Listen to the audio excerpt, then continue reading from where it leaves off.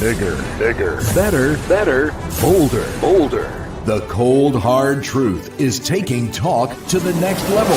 Right here on Bobo 89.1 FM, Cayman's Community Radio. We are still spilling the tea and committed to being part of the change that Cayman so desperately needs.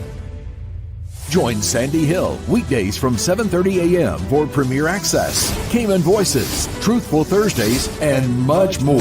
Cayman's #1 talk show is now bigger, better, bolder, and more than talk. Getting results with hot topics, consumer reports, court exposés, and more. I've come to set the record straight. I've come to shine the light on you. Let me introduce myself. I am the cold, hard truth.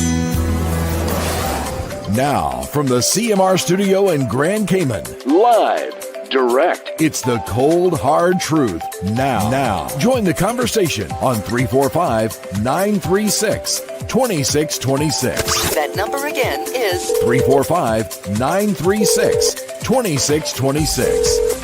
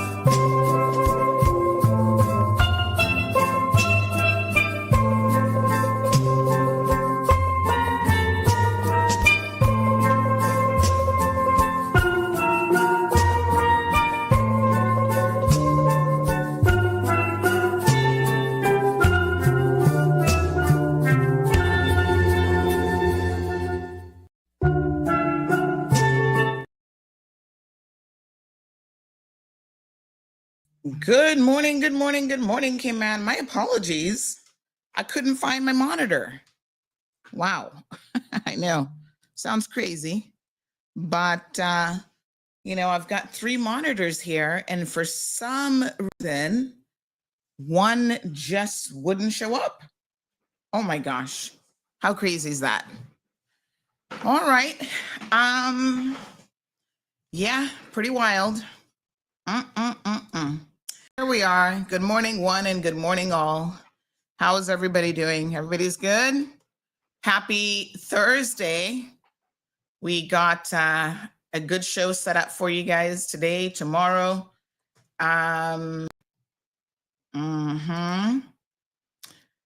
me see here now. Of course, you guys know that this month is Men's Health Awareness Month. And we just coming off of celebrating in the Mental Health Awareness Week and a month of activities, generally speaking. But I think it's important for us to know and understand that men's health, mental health awareness in particular, is very, very important. So we're going to be focusing tomorrow's show on men's health awareness. There's the week, which is observed from June the 9th through the 15th. And in honor of that, tomorrow, Friday the 13th, we will be inviting Dr. Carlos on the program. And Dr. Carlos will be spending some time with us. And you are free to call into the program if you have any questions for Dr. Carlos. It's going to be a wonderful opportunity to have a clinical psychologist joining us. And I can tell you, that doesn't happen every day, honey chill. So get ready for what should be a wonderful opportunity for all. All right. Fantastic. Everybody's good this morning. Again, my apologies for getting a little bit of a late start. I just could not monitor, honey child. I kept pressing the button and turning it off and on. And I tell you what it is. 2 of the monitors I use for my computer are Samsung monitors now. So one remote turns both off. And then it's confusing the monitors. So I had to physically unplug it to get it to wake back up, I guess. I don't know. It was taking a vacation. All right. Let me see here now. Lots of very interesting things around men's health awareness, and you guys might be surprised and shocked to know some of it. We're going to be sharing some on our social media channels throughout the month. So make sure that you definitely tune in for tomorrow. And if you are struggling, there's no shame in asking for help. Please reach out to, a professional who is able to assist you. Okay. So everyone is okay this morning. Let me just do a quick perusal of the class and see who's here. And also let me share the links, because of course I know some of you are sitting down waiting for those as well. So just give me one quick second and we will get those going. And yeah. Okay. All right. Let me see here now.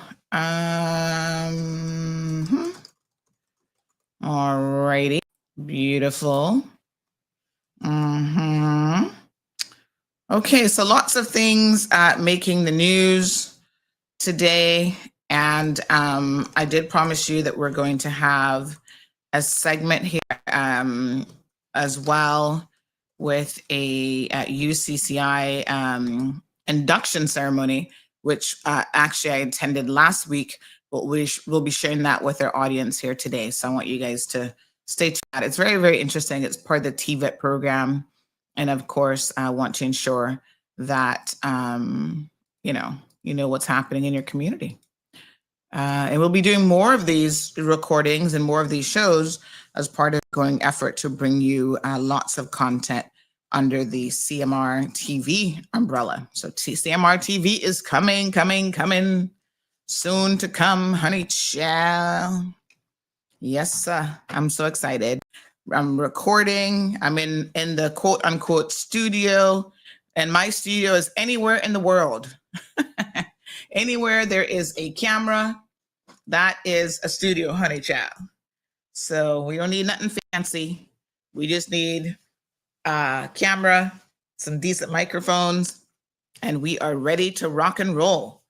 And I'm happy to say, Anthony yesterday, thank you so much, Anthony. You know, I often tell people, I was talking to someone just yesterday and I was saying to them, they're like, I'd love to do a show and so on and so forth. And I said, yeah, that would be fantastic. And let me see here. So I said, ideas are a dime a dozen. They were thinking about an idea and they're like, yeah, I've got this great idea. And I said, oh, that's funny because I thought of a similar show idea a couple ago. And I think it's a fantastic idea. Somebody should do it. Can't do it all. And so yesterday when is Anthony in class yet this morning? When Anthony was saying that, I was doing a little QVC moment here on the program. And Anthony was saying, why don't we, as part of the CMR TV, do like a beauty show? And I'm like, Anthony, you're one smart cookie. I had reached out to a young lady who's in the makeup field to see if she might be interested in doing something. Of course, we're encouraging Caymanians first to get involved, to get it. But we can't force anybody. And, some people just, they may not want to do it. I mean, it's up to you. So I reached back out because I try to give people every single opportunity to circle back to me. So I did reach back out. I'm waiting to hear from her. And then in the meantime, I sent it to another one of my contacts and they said, oh my God, I've got the perfect person. And she would love a collaboration to work with CMR. So we may have more than one under the beauty show blogger idea. We may have a collaborative. So like one person does, because everybody has their own unique style and so forth. So one person might actually do sort of one thing and, we've got somebody else who will focus on other things. So Anthony, I'll have you know that I was thinking about it. And yesterday you really reinforced for me that is probably not a bad idea.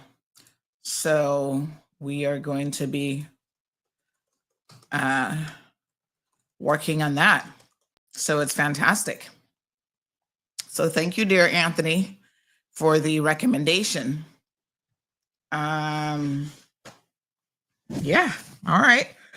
And so we've got lots of exciting things, one, everybody might not be ready to launch, but I'm certainly pushing them.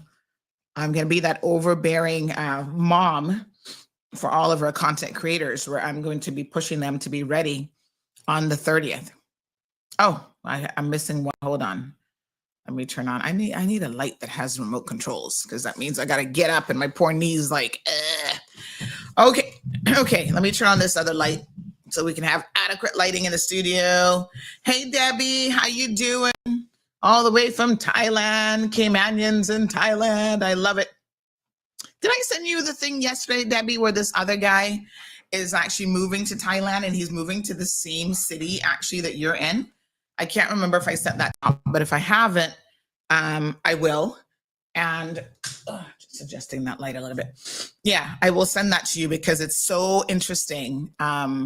It seems a bit on a whim that he's like jumping up and moving.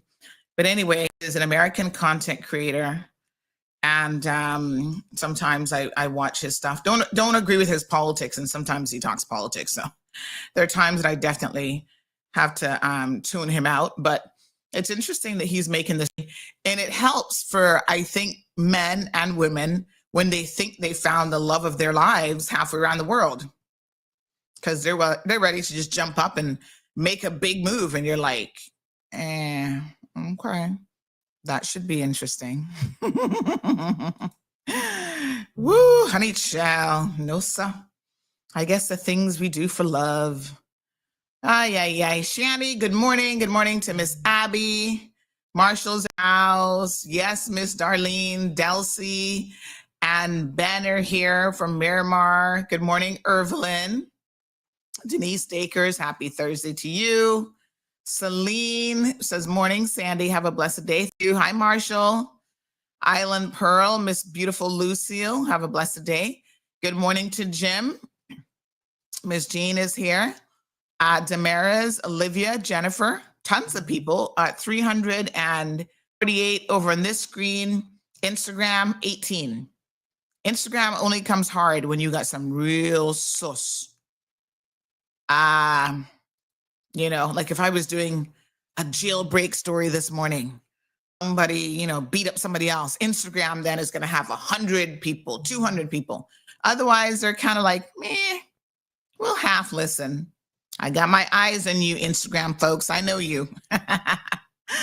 That's people over there. You got to really bring some extra sus. Oh my God. Listen to this headline. New COVID variant causes sore throat that feels like razor blades. And the World Health Organization is monitoring this new mutation of the virus. What a mess. Buenos días, señora Alba. ¿Cómo estás? ¿Cómo estás? Estoy bien. Vernita saying good morning. There is my sister from another mister. How you doing? Sending hugs. Oh, so sweet. So yes, Miss Barbara joining us from the UK. I love her international crew. So Debbie, this is doing much better. The cone is off since last week. And I actually gave him a summer cut. So he is shaved all the way down for summer. Oh my God, this is his first summer cut. He's only 2 years old. And when Gigi saw him, she was like, what dog is this? Is this our dog? I'm like, yes, that's him. He's just got his little summer cut. But I am now convinced that I may have the laziest dog this side of the Mississippi, honey child, because man, I tell you, this dog loves to sleep. And I just tell you, he is a sleeper. When they talk about sleeper cells, they must have had him in mind because my gosh, you pick him up and 2 seconds later, he's like sleeping in your hand. He is the cutest little thing, but he loves to sleep. And in the mornings now, he doesn't even get up in the mornings. He's like, he'll look at you while you're getting dressed and he's like, oh, okay, whatever. I'm just going to sit here, lie here. Here he is this morning. There he is lying down in his little bed, one of the little beds. I bought him this nice fancy bed and he doesn't even sleep in that one. That one's in Gigi's room. He just loves this little one. He just curls up. So there he is with his summer cut. And he's snoozing. He is not worried about nothing. Oh my gosh, to have that life where I could just sleep 12 hours a day. My goodness. He is such a doll. But yeah, he's doing so much better. He's got his summer cut and the tail looks just fine. So much. And the hair will grow back in nice and beautiful. I find that in the summer, it's so hot that it's nice to give them a little break from it. So, I try to do the summer, the summer months are here. And it'll take a few months to grow back. And then when it grows back so beautiful. Yeah. Now he looks like a boy. Before he looked like a girl with the long eyelashes and all the frilly hair. But there he is. Who's joining us from Ecuador? Oh, Marcia joining us from Ecuador. Wow, you're a world traveler. So nice. How are you? I haven't seen you in person in quite some time. I hope you're doing well. Is you on your hand? I need to go check your Facebook, honey child. Who's that man holding you in that picture? Say what, Miss Marcia? Let me see if I can find you. Wait a minute. I don't have that one. Is this a different Facebook page? Oh, here I am trying to be nosy and I can't even find you. I see another Facebook page for you that we're friends. Do you have a backup page? Do you have a Nikki Links page? Oh, I'm friends with both. Let me go look at the other one. Who's this handsome young man? Her son. Aw. Oh, mama's boy. You were so cute. Look at that. Oh my goodness. And he's a dad. I see where's he living now? He's in I want to say they moved. I love that they're traveling. Is it Australia? Oh gosh, I can't remember. But the kids are being exposed to all sorts of amazing stuff. So that is fantastic. Living abroad is the best experience that you can get. Trust me. I know they moved, but I can't remember where. All right. So good to see you. So you're in Ecuador now. Wow. That's fantastic. I love that for you. Yeah, beautiful. All right, Anthony, you're late. Just talking about you. Yes. He said, don't worry, your consultation invoice is in the mail. Anthony, I had the idea already, and I was saying I'd reached out to Kimanian young lady about doing a show. She's actually a makeup artist.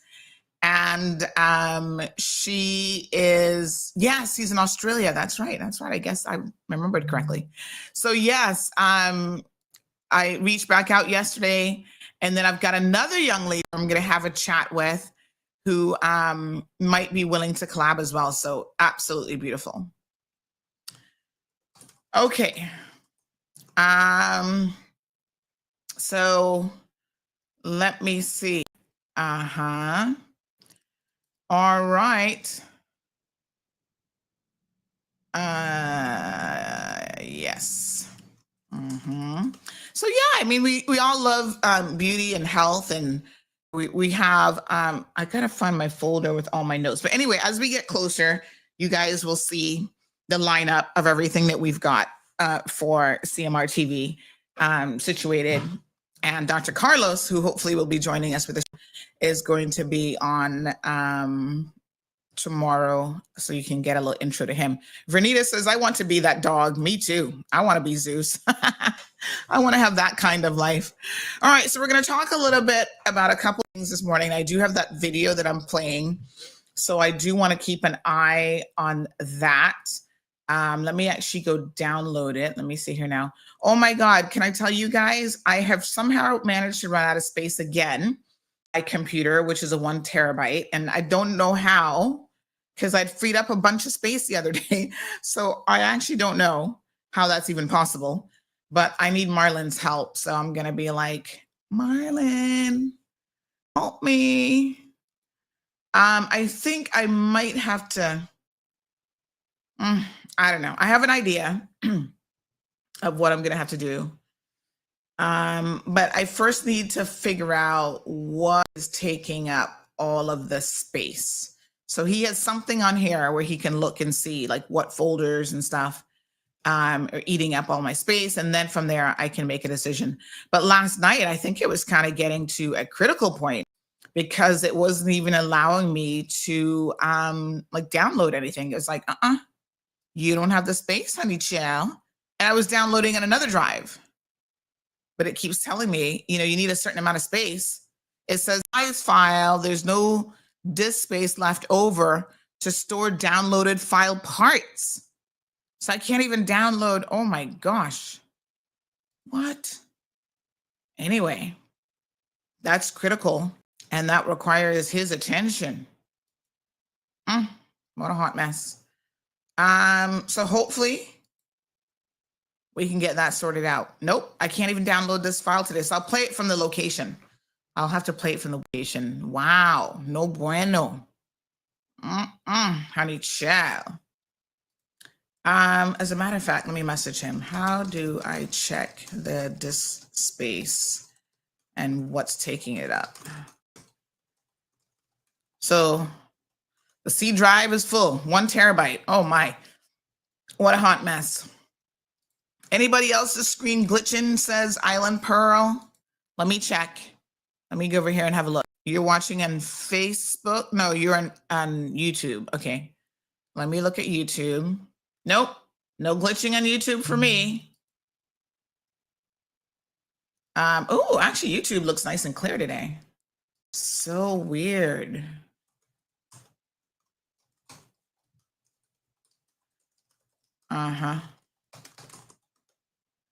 Okay. Well, he says he thinks he knows what it is without even looking.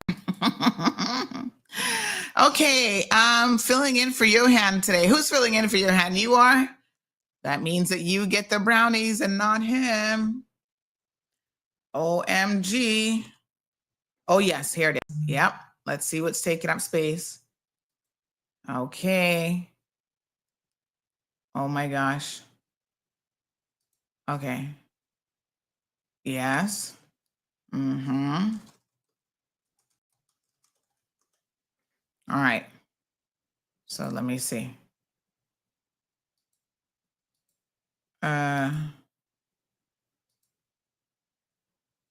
It's doing a scan, reading disk structure. All right, let's have it do that in the background. All right, honey child.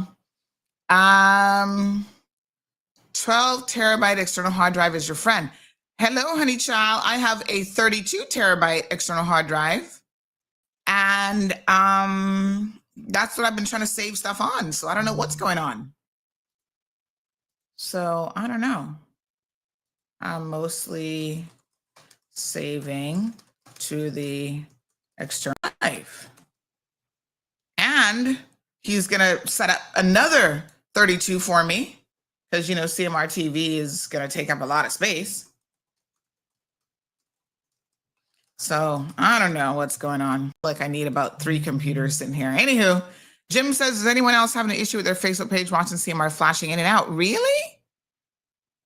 Mine glitched. Oh, wow. So Delsey's over here. Out of curiosity, Amora, Jasara, who do you have for internet? I'm curious because I'm watching it on YouTube. YouTube looks good. Let me check Facebook. Yeah, YouTube actually looks nice and clear. Facebook, let's see. Facebook looking good. Watching for me, so I'm not sure, but I'm curious if it's internet based. Who do you guys have? Oh, so Dawn says it's glitching for her on Facebook as well. Wow. Jasara said she thought it was her phone. Hello, Senor Ralph. I was thinking about you the other day, just last week, maybe over the weekend. Haven't heard from you in a minute. So good to see you're okay. Tina says hers is glitching and she's on Facebook. So give me an idea of who you guys are with, internet-wise, because if it was Facebook, generally speaking, everybody should have the same issue, but you're having it on YouTube, so that eliminates a particular platform. Yes, Tartarian, I heard that this plane crash in India. Oh, God. Renee's working on the story. Yes, Aliano, 32 terabytes, I know. So that's weird. Tell me, Logic, Flow, so it's all over the place. Most of you seem to have Flow, though. Flow, Digicel. I'm watching on YouTube. It's clear, but sporadically glitching. Very weird. All right, we're going to have to keep an eye on this. I'm on Wi-Fi, though, at Starbucks. So what would explain that some people are glitching and some people are not? Miss Susie, are you having any glitching? Very strange. All right, we got a mystery, a tech mystery in the house today.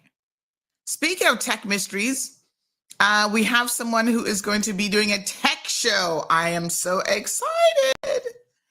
This guy is amazing. He is like literally amazing. Lucky Body, you're glitching as well, and you're in the UK. Oh boy. Okay, so that means we can eliminate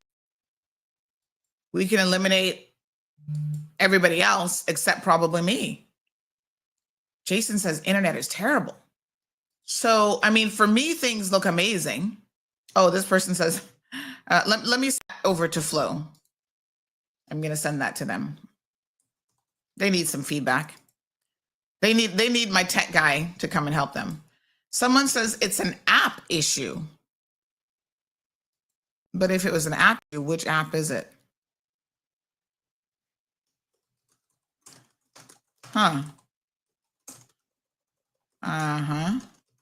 It's not the internet.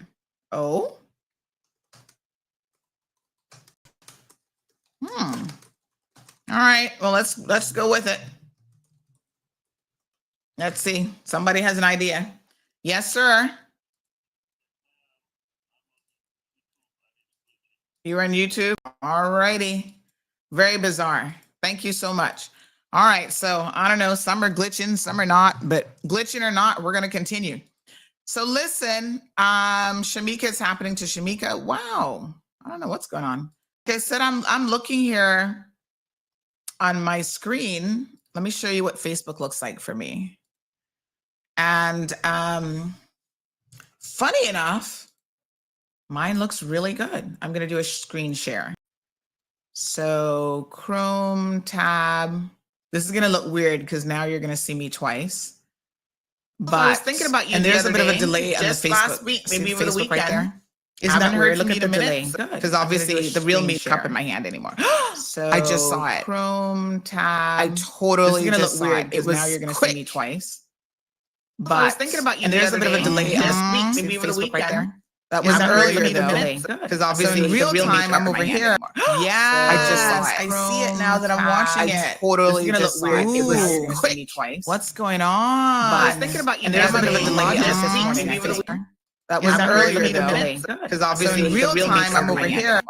Yeah, I just saw it. I see it now that I'm watching I it. totally It's gonna just look saw it. weird. It was Quick. look What's at how going it's like a thing on? within a thing. There's There's a a delay delay on on this this. maybe over the weekend. A That screen was earlier. earlier. Yeah, there it was Again, again. real The real time, me I'm cup in over my hand. here.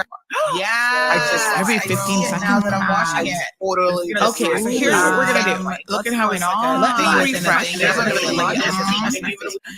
A That screen was earlier. Yeah. There No, it was I'm again. muted Real in that time over tab. here. I always have Yeah, that tab muted. every Every 15 15 seconds. now that I'm watching it. Totally. Okay, so here's what we're gonna do. Look at how it's Let me within a refresh. thing. There's a delay on this. Nope, I'm muted. earlier. I always mute my tabs. All right. So let me do this just in case. I'm going to do a little bit of a refresh. And let me just check my disk space app. What happened to it? It disappeared? Yeah, okay. So hold on a second. So I can't wait till the tech guy starts because he is so amazing. You guys are gonna love him. American guy, so smart. Oh my gosh, he is like a tech god. I mean, he knows so much stuff. All right, let me refresh because it's possible it's me. So let me play a little something, and then I'm gonna close down my thingamajig here. So let me just play a little music or something for y'all. Let's do a CUC video. Then that way that'll give me time because their videos tend to be, and then I can reopen it. All right, here we go. I am Richard Hugh, President and CEO of CUC. Our focus has always been on you, our customers. Times are changing, and so are your expectations. We are listening to our employees and the people of the Cayman Islands to find new opportunities that can improve your experience. We are working every day to provide you with a safe and reliable electricity service. You are at the core of everything that we do.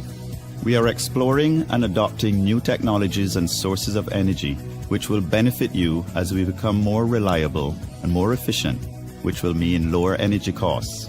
We are working to improve our energy management tools, offer new products and services, and provide 24/7 customer support. Our new vision, empowering Cayman to be a global leader, is building momentum towards a better future for our islands.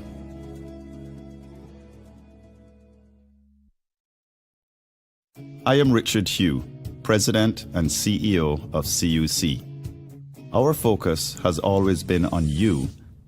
Okay, I'm back. Let me know if there's any improvement. The weird thing is some of you are having it and some of you are not, which is kind of weird. I gotta admit. So no glitching for me now. So let's see if that resolved it. Okay, let me check and see here. All right, so I'm arranging a little something for a senior this morning, and the guy is here to do the installation, but I'm not sure that she's here. So give me 1 second. Just make one of her seniors have one of those dash cams because, oh, it's a whole mad world out there. I want her to be driving safely. Is that her? Let me see. Doorbell is ringing. Oh, good morning, ma'am. Oh, yes, Miss Stacy. Please offer her some nice hot tea. Come inside, honey child. Come inside. Stacy, give him the dash cam to the door. Okay. Okay, thanks. All right, we're going to get her sorted out. Invite her in. Let me turn on the AC out there for her so she can relax inside. If she wants to watch the news, she can watch the news. Kick up your feet, honey child. Get her some nice tea. Give her one of those Madelines. Oh my gosh, I got those from whatchamacallit, and Gigi loves those. Offer her a Madeline little snack. Snack and tea. Yes, we have to make sure that we know how to treat our guests. Somebody said it just happened to them again. Oh Lord, I can't be bothered. Oh Lord. Okay, well, just stick with me. This comment is funny. Yes, it's the multiverse with multiple Sandys. I'm living for it. I've always said that Keyman can use more of you. That is so funny. You guys make me laugh. That is a big chuckle. All right, let's continue on. So listen, you guys saw the big story yesterday with the HS. We took it down because, in all fairness to the board, they had sent me a response the day before, and I hadn't had a chance to do it. And then Renee did the story. So Renee is on the ball, man. She's earning her keep over here at CMR. So she dropped the story, and it didn't have their response and stuff. And it needed to be a broader story about certain things. So, you know, Renee does an amazing job. Absolutely amazing job. I love working with her. She's low maintenance. You know, I don't have to hold her hand. She knows certain things now. She takes feedback really, really well. If I say, no, Renee, that title doesn't work or whatever, you know, I try to, but I just pretty much 90% of the time, she'll publish stuff and I don't even know. She's just bam, bam, bam. So there's certain stories that I'll be like, okay, this is happening, because she doesn't live in Cayman. I'll say, this is happening, you know, jump on it. So she did the finance committee from Friday. And there was a lot that went on in the finance committee. Number one, a lot of you are messaging me. I haven't watched it, but a lot of you were messaging me about Kenneth Bryan, saying that Kenneth Bryan was being extremely troublesome and annoying. But y'all said that Ralston was able to handle him. Ralston is the Minister of Finance. And I said, get him, Raleigh. So Ralston can handle Kenneth. I mean, that's like taking candy from a baby almost, because let's be honest here. Ralston is the finance expert, CPA background, et cetera, et cetera. So anyway, I'm not worried about that. I'm sure he'll do.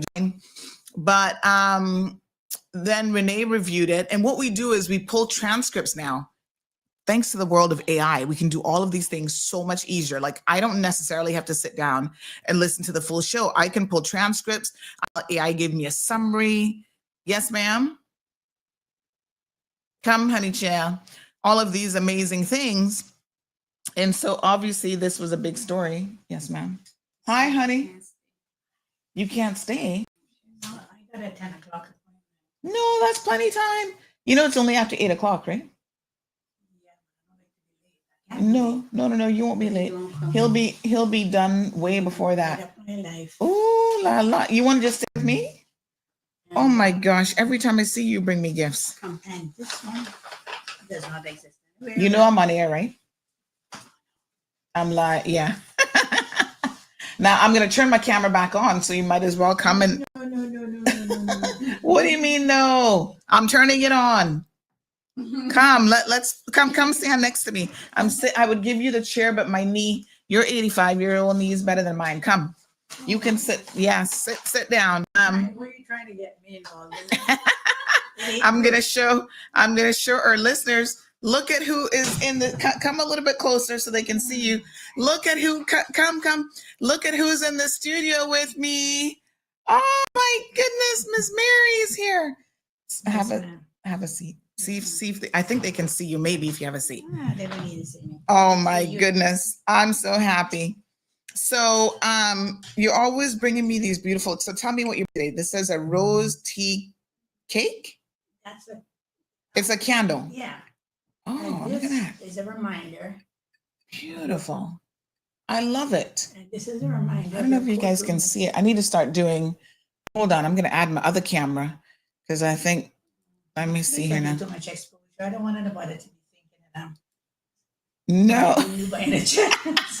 That you're bribing me with teacups. I love it, but the camera isn't showing the beauty of the teacup with the little roses and stuff. So I wanted to see if we could get the other one going. But anyway, that's the reminder of your courtroom experience. Oh, this is so cute. Oh my goodness, it's a little lawyer, a little barrister. They don't make them anymore. Look at this. Oh my gosh, isn't that cute? This is porcelain, I think, right? Yeah. Oh. And the guy that designed those died, and he took the information with him, so there were no more repeated. Wow. That's the last one I have. I had several. Oh, this is. I gotta hide this from Gigi because if she sees this, she's gonna want to play with it. Well, I brought this to play with. I don't know. You always come bearing gifts. Thank you so much. This is beautiful. Miss Stacy's gonna get you some tea and a little Madeline biscuit. But as you can see, my desk is always a mess. Just ignore the mess, honey Chia. I never been a person, didn't you know? So you should see mine. I just had to do some research. And yeah, it's always a mess. All right, so I was talking about the financial situation over at HSA. We do need to do a deep dive into it. We're not going to do it today, but I want everyone to know that the article is back up. Some of you, some little troll over at CNS was saying something or another about, oh, Sandy isn't gonna, she took it down. Oh, I told you guys she's in the back pocket of HSA. I'm like, HSA does not even advertise with me. So I don't know what they're talking about. They just make up stuff as they go along. It's fine because God knows the truth escapes a lot of people. So it wasn't that. It was that I thought, again, keeping with good journalistic standards, that it was a good practice to review what the HS sent by way of a response and actually include that in the full story. So if you read the story before and you read it now, and again, not taking anything away from the amazing job that Renee does, the story that I have written is substantially more in-depth, like 3 times the length, and it includes a broader perspective of what happens with boards. Now, undoubtedly, there has to be a review of how board members are compensated. Last time, I know that Mr. Ween Panton was trying to do that, but he had so many things on his plate because there's a real inequity in it. So some board members at like, $100 stipend, and others are paid what would be considered a proper salary. And there are some board appointments that you have got to apply for. You actually have to be a professional to sit on those boards, such as which, what do they call themselves now? They're no longer going by off-right. They're going by their proper legal name. Did you know that that was not even their legal name? Who knew? But anyway, they have revamped their name and they're now calling themselves Utility Regulation and Competition. What is it again? URCO. So that's their name in law. But for some reason, they've always referred to themselves as IC, and so has everybody else. Now they've made a decision to refer to themselves as URCO, and they didn't exactly tell us that. They just dropped it in a press release, and we were a bit confused for a minute. But the proper name is URCO, so I guess we should start using that. All right, so to sit on ERCO, for example, yes, you're going to be compensated like $5,000 a month or whatever as board chairman, but you have to have a proper qualification. You can't just be, a Johnny come lately from nowhere. You need to submit an application. They want to see your CV and all these sorts of things. So there are boards. I think also SEMA board that requires professional experience and qualifications. So let's not make a mistake about it. What's his name there? Chris Saunders was the one who was nitpicking about this. This is a political nitpick, because he knew that the board chairman before was Mr. Osborne Barton, who was his opponent during the election. So we know why he's doing it. But setting that aside, that doesn't mean that they're not valid questions here about board appointments and how board appointments work and what we need to be looking at in terms of fiscal management or mismanagement of this country. So it's a valid point. And I think that this government, along with the other long list of things that they have to consider, they certainly need to be looking toward compensation and trying to even it out across the board. Miss Mary, what are your thoughts? Come up here, honey child. You did not bring me here for this. I know, but while you're here, you are a wealth of information. Mm-hmm. So come closer to the mic. What do you think?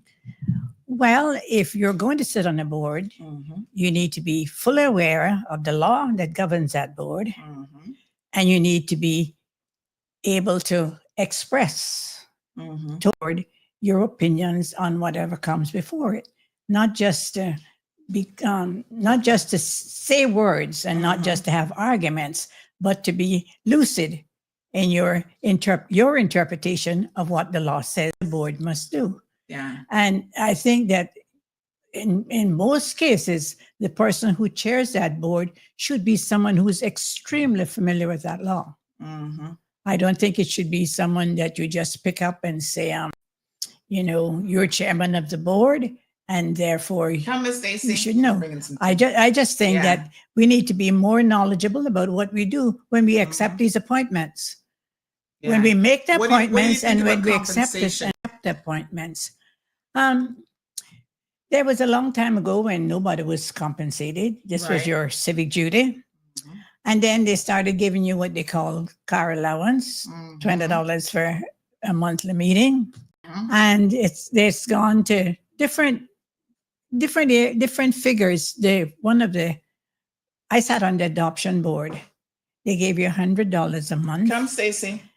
But the board met more than once in most cases. It had to consume huge files on everybody that came in.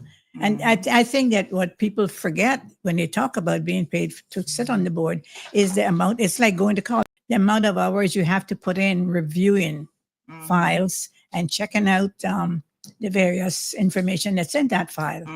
For example, in the adoption board, you have to make sure that the various sections of a law, which is inspection of the home, which governs inspection of the parent's financial status, whether they can actually afford to adopt a child, whether they have space to adopt a child, whether they are able to provide education and healthcare for that child.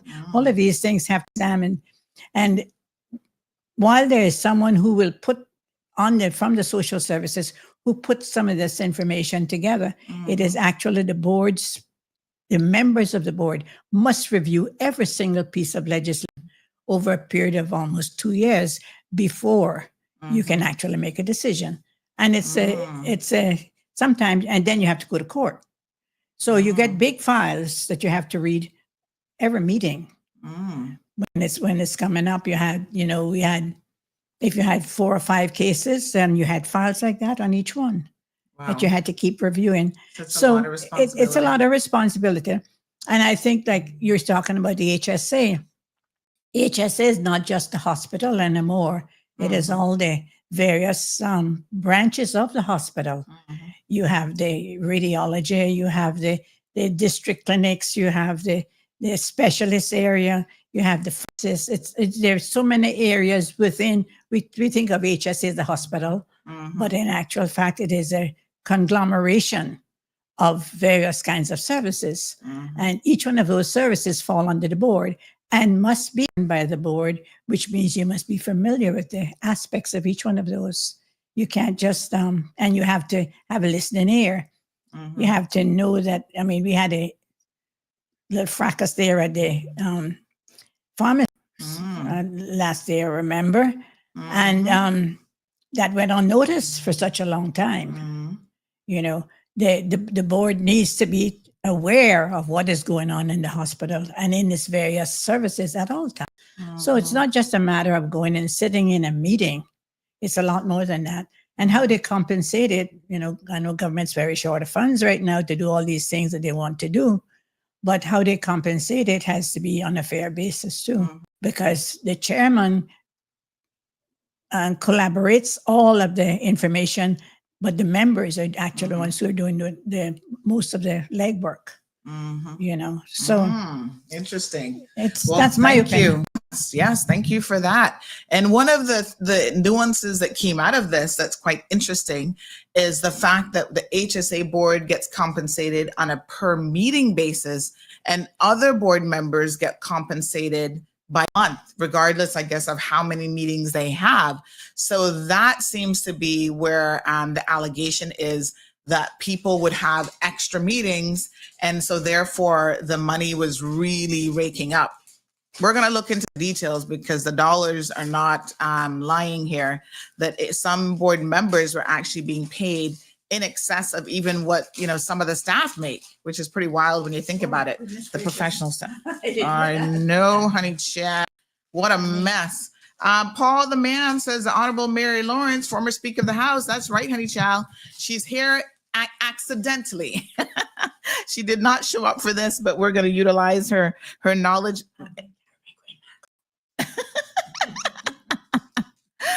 Oh no, I had some green mangoes last night. You're not taking them. But enjoy the tea and relax. So she's here with us. And yes, somebody else said, welcome, Honorable Dr. Mary Lawrence. What a treat, says Charles Yates. Vernita says, great co-host. I hope Miss Mary will have her own show too. Well, she's a very busy woman, Miss Vernita. You don't hear her saying she got a 10 o'clock appointment this morning. She not got time to waste. But we are working on her in terms of maybe we can certainly have her on as a more regular feature. But yes, she lives a very life for an 85-year-old young lady. Thank you. I'm glad your adjectives ran to one more. And so many of you recognized her birthday recently, and I know that she really, really enjoyed that. Anthony said Miss Mary is just so natural for the role of co-host posts once a month. Okay, I'm listening. Are you listening to one?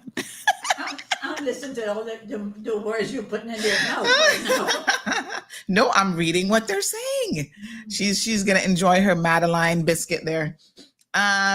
So Miss Lucy says, Sandy, from I know Mary for all of these years, she's still blooming. God bless her. Keep it up, Miss Mary. And that's Miss Lucille Forbes, who now lives all the way in the UK and joins us most mornings. Debbie Ebanks is in the house, and Miss Debbie, all the way in Thailand, says Miss Mary is an act and Cayman icon. Love her. Aw. Oh my goodness. Yes. All these Yep. things. I know. You prompt that? No, I don't prompt them. They're just speaking the truth, honey chill. She is so humble. And so your comments, I'm sure, are making her blush. So yes, we're aware of the little glitch. I'm not really quite sure what it is. But find it. Ms. Lavana over at Cayman Airways says, oh my goodness, good morning, the beautiful Miss Mary. Thank you so much. So we'll work on her with a show idea and see what we can do, even once a month. She's such a wealth of history and information. Oh my gosh, I absolutely love it. All right, so Miss Zelda says good morning to Aunt Mary from the UK, looking great as usual. You know Miss Zelda Connor? That's my niece. She's saying good morning. I tell you, I'm not making it up. She's in the UK and says good morning, Aunt Mary. Oh, beautiful. Good morning to her and all the family over there. The whole bunch of Yes. Another person says, great co-host Sandy, please give her own show. Somebody else says, please use her correct title, the Honorable Mary Lawrence. Oh, That's Miss the Mary to everybody. that's the protocol, people. They're a stickler for the rules. Stickler for the rules. And they said, yes, drop in, co-host. Come on through. OMG, I love Miss Mary being your guest. Let her talk, pause your subject, and give her live airtime. We love you, Miss Mary, the Honorable.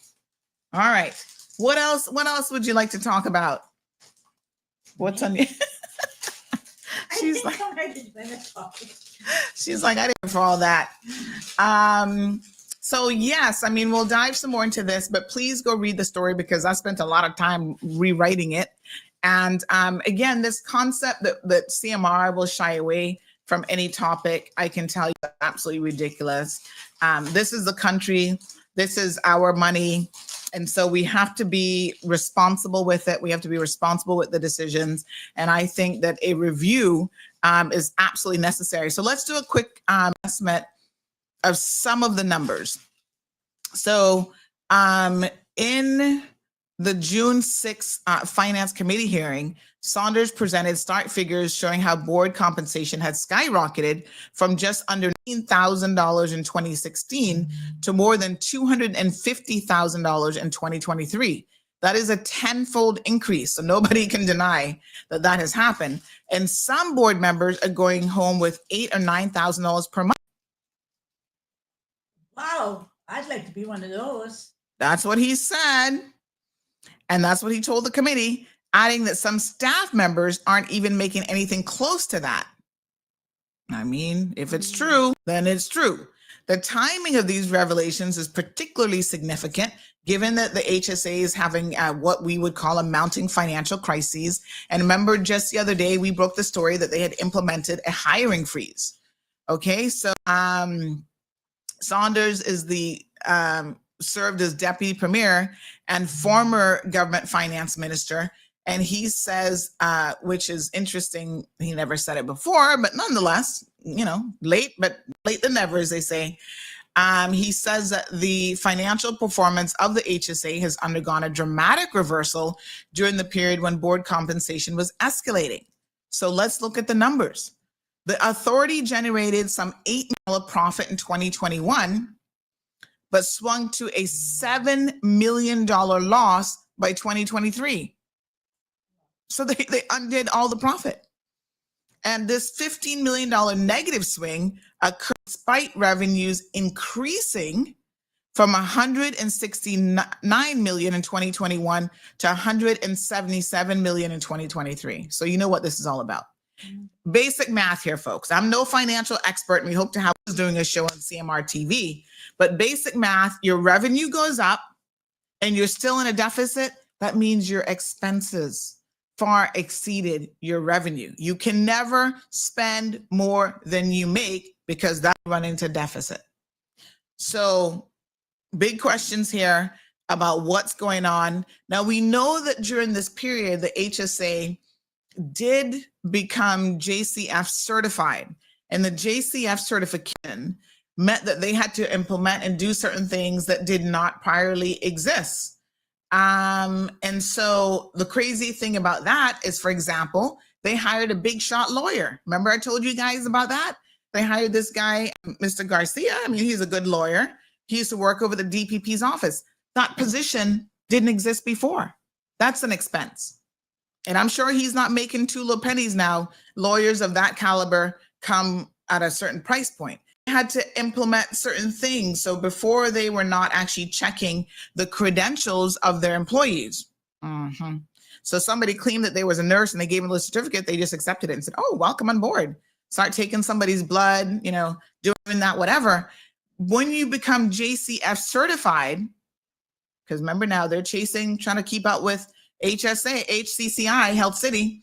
When you become JCF certified, you have to verify all of staff. So they give you a certificate, you got to call that institution and say, was this nursing certificate given to Sandra Hill on such and such a date? Did she go to your institution from this date to this date? So they went through an entire verification process. And remember, that's how they caught the fake nurses. Remember, we broke that story too. We reported on, yes. And that is how it happened, because through the process now of actually verifying, they had one person, I think, that was on staff. And then the other people were trying to, go through, they were coming from doctor's hospital, and they lied about their qualifications. They basically copied their CV and credentials from somebody else. What a hot mess. So these things add to expense, compliance and all this kind of stuff. Now, I'm not justifying an increase of $1 million that you're in the hole and that you're spending. And remember, when we talked about the hiring freeze, the other thing that was mentioned was the fact that the last government, the UPM government, who was hemorrhaging money, when they did this whole area multiple times, $3 million bonus package, whatever, they forced all of them really, Cayman Airways, HSA, all of the SGCs to feel like they had to do it as well. And, you could, if you don't work for core government, but you work for the HSA, by the way, is the largest section of government, right? They have, I think, oh Lord, I forget how many people, but well over 1,000 people work there. 1,300, there we go, working at the HSA. They're the largest statutory authority and government-owned company, SAGC. When you in core government say, oh, we're going to give you a $2,000 honorarium for Christmas, all 1,350 people over HSA are sitting there going, really? Well, I should get mine too. They did. And they did. But it came out of the HSA. Come on, so they can hear you, honey. Yeah. Yes, we got to hear you right on the mic. Yeah, they did, but it came out of the HSA budget. That's right. It didn't come out of core government budget. Yes. And the HSA board members knew at the time that they didn't really have it. Mm-hmm. So they still found it. You know how they move things around in their budget. They didn't really have it. And that's one of the things that helped sink them even further. Mm-hmm. That's so sad. Well, we're at the... Come a little bit closer. We don't want them... We're at the beginning of a new government now. And like you said, there's a long list of things that they have to do and a long list of things they have to correct. But these are areas where we've got limited funds, from what I understand now. These are areas where they can go into and find out what is going on, and set policy that when going forward, I mean, we just can't keep spending and nothing is coming in to balance that. And what happens there is you never get to improve the product you're offering because the money is not to improve the product you're offering. And so, and HSA falls behind, or any organization in government falls behind. And that's outside of the core government. They fall behind, but core government controls finance. That's where the controllers are. And they make sure that their people are taken care of before anybody else. And so they had to give Cayman Airways a big subsidy. That's right. Because they had to come up with that $2,000 honorarium too. Exactly. And they're going to have to give HSA a subsidy too to bail them out, because you can't leave them drowning in red ink if they're providing one of the most vital services to the country, health care. So, and for people who need health care, I mean, we all need health care, but the majority of the people that are going to HSA don't have option to go anywhere else. And so the services there has to be of a very high standard.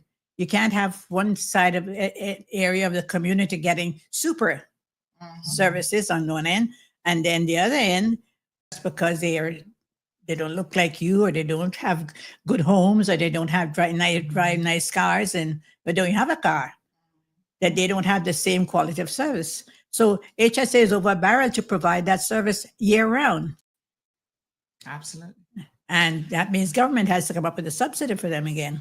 Yeah. And they should not be having to subsidize them, because these are companies that were set up just like the Port Authority and all the rest of them. They were set up to maintain themselves and then have a little bit left over that they could put into the treasury to keep core government going. So it's a big job. Yeah. Absolutely. And this is one of the things that I kept saying at the time of this subsidy. I know all servants like, oh, this is fantastic. I need the money. That's Christmas money. And I kept saying to you all, be careful what you accept. Because in the moment somebody throws money at you really to garner political favor, it look good. But the overall impact of this is, see, Jasara said, sadly, Sandy spoke on it before this happened. Listen, I'm no financial expert, trust me, right? I try to do a bit around here in budget, but there's some principles that are just basic common sense when it comes to finance. So a blind man all the way in Boston could have seen this coming for us. And that means that the leadership of this country, the political leadership of this country, although some of them are also not financial experts, they also should have seen it coming. But this demonstrates how nearsighted they are. They simply didn't care in the moment. They were like, just spend, right? $2,000 going into an election year. That looks good. And now look at the position that we're in. Because this government now, the first thing they have to deal with, even as they prepare their SPF, right? SPS, they have to be very, very cognizant of what projects they take on, capital projects and otherwise, and what they can deliver. Because if you ain't got the money, honey, you can't deliver much. Good morning, caller. Hold on one second. I'm going to give Miss Mary this so she can hear her callers as well. Child, we ready. The only thing I needed was a second mic, you know. I'm ready for co-host. No, man, he's working. Yes, good morning, caller. Good morning, Lawrence, and good morning, Sandra. How are you both? Good morning. We're doing well. How are you? Recovering from medical treatment, but I'm doing very well. Oh, good. Sandra, Miss Lawrence, as a 37-year-old civil servant, all I ever did was serve my country. It's not about me, but exactly the same thing. I have created revenue not once, not twice. One of the last revenue measures that I created, which made hundreds of thousands of dollars in the Ministry of Education, was destroyed by the present chief officer and by the previous premier. We have an auditor, we have an accountant general, we have an attorney general, we have a deputy governor. Yet, no one has ever made an appointment. Many times I've come on your show and I've spoken about how we can destroy revenue that the civil servant has made. The behavior, bullying, the stupidity that we think we can take revenue that's going into general revenue to help everyone. It goes to pay pensions, it goes to pay bills, it goes to helping them travel, help them with capital projects. No matter who made the revenue, whether you like me or not, because that is what is destroying our country. Hatred and jealousy and corruption, where one can get away with anything they want to get away with, and others, everybody closes their eyes. And until we are willing to be across the board in investigations done in all departments, HR departments and HR officers, being paid tons of money, okay? But yet are sending jobs out to the private sector for them to hire them, lawyers to hire different staff members, then they shouldn't have the job in government. When I came into the civil service, the portfolio, it was called then personnel with Mr. Mark Hanson and Miss Francine and a whole bunch, Mr. Rose, Miss Andrea. You went serious process to be hired.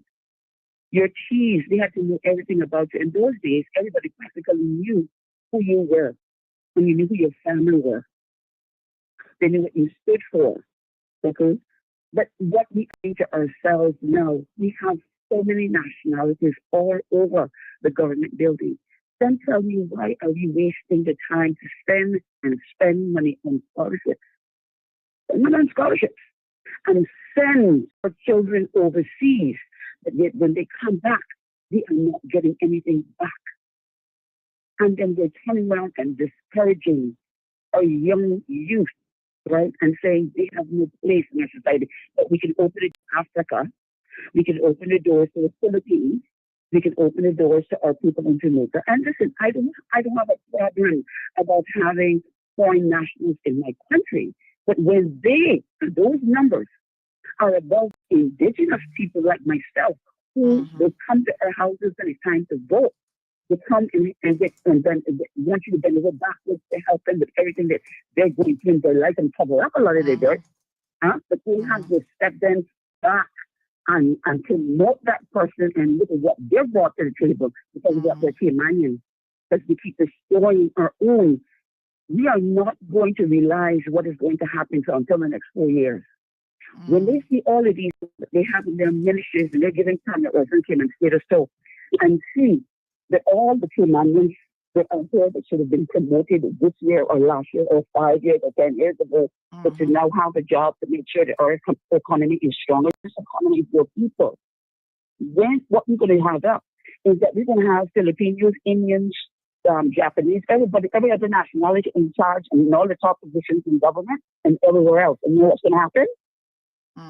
The citizen that is a politician today is going to have a son or a granddaughter coming home from school, and they're going to want them to get a job, and they won't be able to get it because a foreigner is going to look at them and say, when they hired me, they didn't want to put it.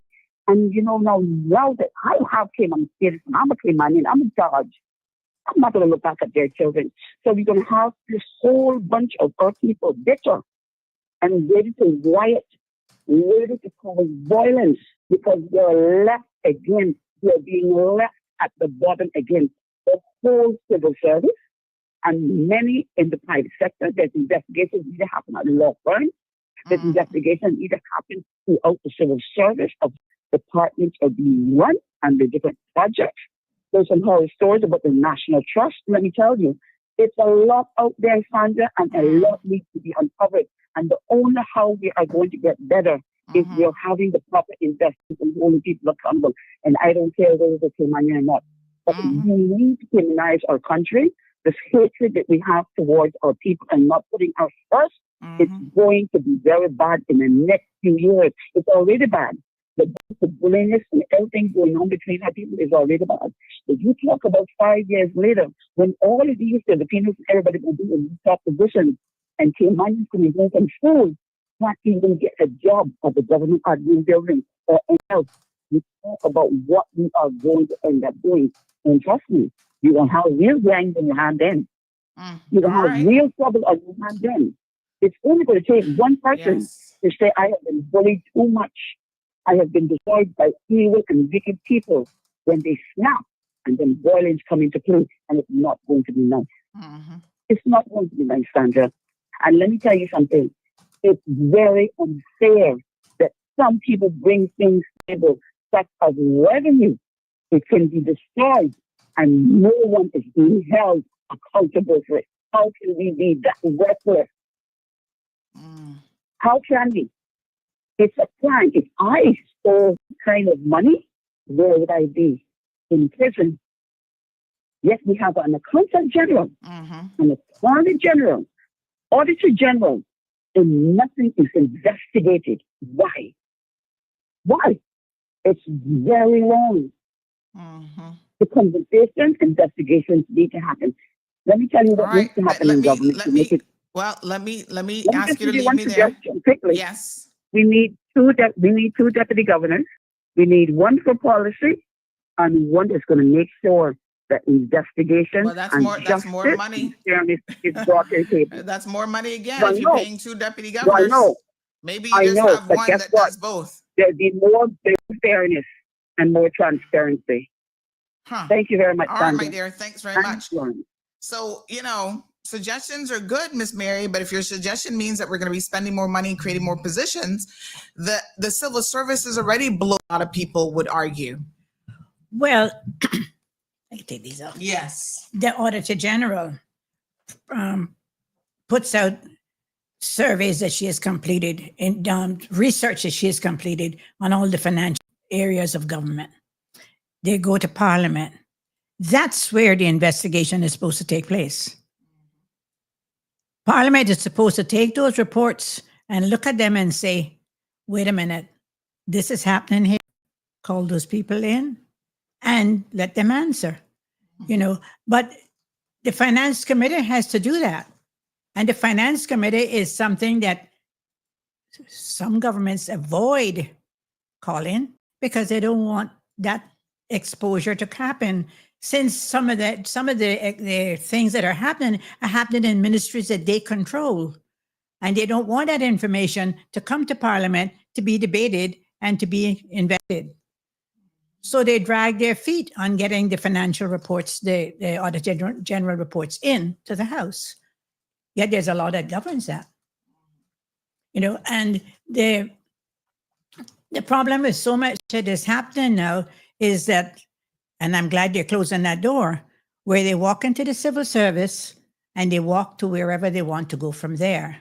And once they're there, there is nothing that says they have to move on and make space for someone else, or make space for a Kamanian coming behind them, or train a Kamanian who's coming behind them, or train or a young person. I know they're going to argue that and say that, but I know that I watch it. I've been here long enough. I was reading this morning a report from 1975 in the Northwester magazine on education. And if you read that, and I'm going to bring a copy of that for you, Sandra, you will see the same problems that existed there exist today because we have not dealt with them. We don't have any Kamanian teachers, a mere handful. Okay. In 1975, the 1972 to 76 government, which was they called it the Benson government, he put in place a system where we only had a very limited amount of money for scholarships. And he put in place something that said, if you did teaching, education, social services, or nursing, you were given a full scholarship. Everybody else got a partial scholarship. When Mr. Anglin got in, he went to the private sector. If you want to come into the classroom to teach, I will make it possible for you to get your diploma in education. You do a year in the classroom while you work for that diploma, and then you can have a classroom of your own. That's the only two major attempts that I know of where we actually went after Kamanian and says it's a good profession. How did we go after them the last time? We threw money at it. You can't throw money at people because that doesn't benefit the Kamanians who are there. That benefits the people who you bring. And we have brought in teachers by the dozens since that time. Year before last, I heard them give their report. They said they had 60 new teachers and 6 were Kamanians. Last year, they had new teachers and 3 were Kamanians. So where is the investment in making sure we get trained teachers? Why don't we have a department, a school of education at the University College? The nursing, why don't we have one for education? Specifically geared to that, to bring up people and entice the young people to go into that kind of service. The young people before were told that at different times over the years that if they wanted to do education, they had to do a year of service first to make sure that being a teacher is a very special profession, and they would have a chance to see firsthand where they really wanted to go, because then scholarships were given for particular purposes, and that was it. Now we have people coming back, young people coming back, and there's nothing there for them. We have Kamanian teachers. We had 3 come last year, but they're not working for government. You see, we don't make any. I was told that, we can't offer people jobs. They have to apply. And of course, when they apply, then they're measured against Tom, Dick, and Harry, if you want to call it like that. You measure their qualifications or their experience or whatever. And all too often, we haven't background out. We've done no research on them. We've done no investigation. Are they really telling us the truth? Did they really graduate from Harvard? Did they really graduate from Columbia? Where is the evidence? We need to be scrutinizing people that we're putting in a classroom. Year before last, we had 76% failure in the primary schools. Last year, we had 75. And what did education say? Education says so much better this year, we only lacked 75%. Well, 75%. And then they get into high school and they can't read. That's a serious problem in the education system right now. A serious problem because they're not going within the qualifications. We've got a caller in the line, so put your headset back on so you can hear the caller. It's 9 o'clock. You got plenty of time, honey child. Don't worry. Good morning, caller. Good morning. Good morning, and good morning to your guest. Good morning, ma'am. So nice to hear from her this morning. Yes, indeed. I this is something that I have been saying, right? So I remember, I think it was last year or the year before, the DG was on Radio Cayman, and it's one of the few times that I called and I waited. Like I waited for like 30 minutes just to ask the question, right? Wow. Mm-hmm. And I asked, they were talking about the hiring process and whatnot in government. And I said, okay, if a Caymanian applies for the job and the Caymanian is qualified, so you set out the qualifications and the requirements, and the Caymanian all of them, but you also have other applicants from elsewhere in the world, not Caymanian, right? Does the Caymanian get the job? And his answer was, the best person for the job will get the job. And I think that's heard, because whether or not the other person that applied comes from Harvard or wherever, the Caymanian should be given preference, because at the end of the day, how can you expect us to compete for the entire world? We will always lose. There will always be someone in the world that has 10 years experience versus our 5, or someone that has a Harvard degree versus our UCCI degree. It's absurd, ridiculous, especially within government hiring. I think it is absurd. If the Caymanian is qualified and meets all of the requirements, and 10 foreigners apply and they have 50 more years, I don't care. The Caymanian should get the job. Thank you. Thank you so much. I appreciate it. So someone said to this point now, which I didn't even know this, they said they don't have Caymanians because most of them are bullied by the Jamaican staff / teachers. And there is an education training program at UCCI. However, it is not recognized by the education department. Well, what sense does that make? Their own college owned by government is not recognized by government. Lord Jesus. We need help. This person says, thank you, Miss Mary, for exposing the agenda. No accident, well planned. This is why Cayman is in the state it's in. Oh my goodness. Miss Brenda says Jim Norris allegedly abuse of funds and management is what this sounds like. Good morning, caller. Welcome to the program. Good morning. Morning, dear. How are you, Sandy? Not bad. How you doing? Great, great. I want to say a hearty good morning to Miss Mary. Absolutely. And by the way, over 500 and 7 people now listening to the show. So lots of people tuned in this morning. Thank you guys so much. Yes, sir. Yeah, it's very interesting because we have been in this dilemma for quite a number of decades. You know, it really rubs me the wrong way when I hear the deputy governor talking about this fantastic civil service when they are violating, you know, the employment rights and so on of people, practices and so on. Because I give you a typical example. I have a daughter with government. She has a master's degree, but she has a master's degree. The person that was in charge of her department was a Canadian that had a bachelor's. She was doing most of the work and making this person look good. But when the person got enough of it, they resigned. Now, you would have thought that because she was next to the person, that she would have just moved up into secondment. But what happened, They went and advertised the position overseas in the New York Times and the Boston Post.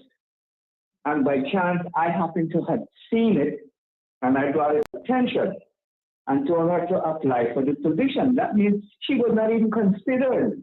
And she was right there doing the work, has the experience, more knowledgeable, more qualified. But this is what happens, and it happens in every sector of government. It's happening in immigration, it's happening in customs, it's happening in the treasury, it's happening in planning. I mean, right now, look at the number of that are in planning. And we have Caymanians that can do the job. Caymanians that were there before, and they have been what? Pushed out. Listen, we are into some serious times. You see what's happening in LA? Mm-hmm. Well, listen, things are going to break out here very, very soon. And who's going to suffer? It's not going to be Caymanian people. It's going to be the foreign people. That's a warning. Okay. All right, my dear. Thanks very much. Appreciate it. What a hot mess. 9:05 a.m. Good morning, everyone. Mr. Amelia says the sad reality is that bonuses have been offered and paid to government and statutory authority for years. And in most cases, 9 times out of 10, they remain in the financial books from one year to the next, let alone from one election cycle to the next. This unsustainable practice undermines fiscal responsibility and must come to an end.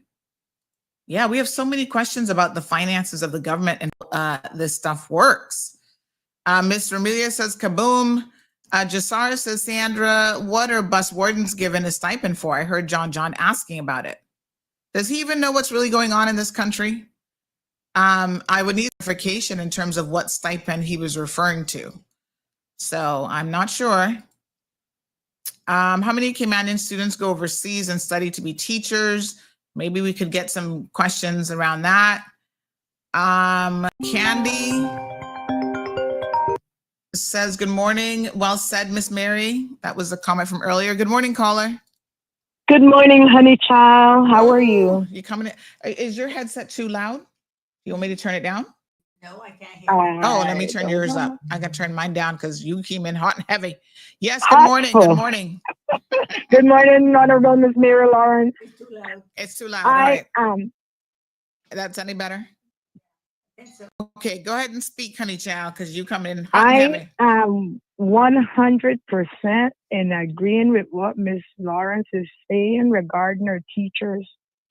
I have been at Marie Martin Primary Schools, classrooms and out of classrooms, and see the method of where these children are being taught. It has come to my attention that a lot of these teachers have been going online and doing courses and present certificate to be hired as a teacher. We have a teacher of 24 years at Marie Martin Primary School. In year 1, she was removed from year 1 and put library. And another national teacher, Jamaican teacher took over, was placed in that classroom. I have letters from parents where the children have been declining to happen. I've been asking, and I'm still asking Minister Ralston to please look into this, to have a meeting with the parents, to hear from the parents themselves. We really need to start back training Caymanians to become teachers.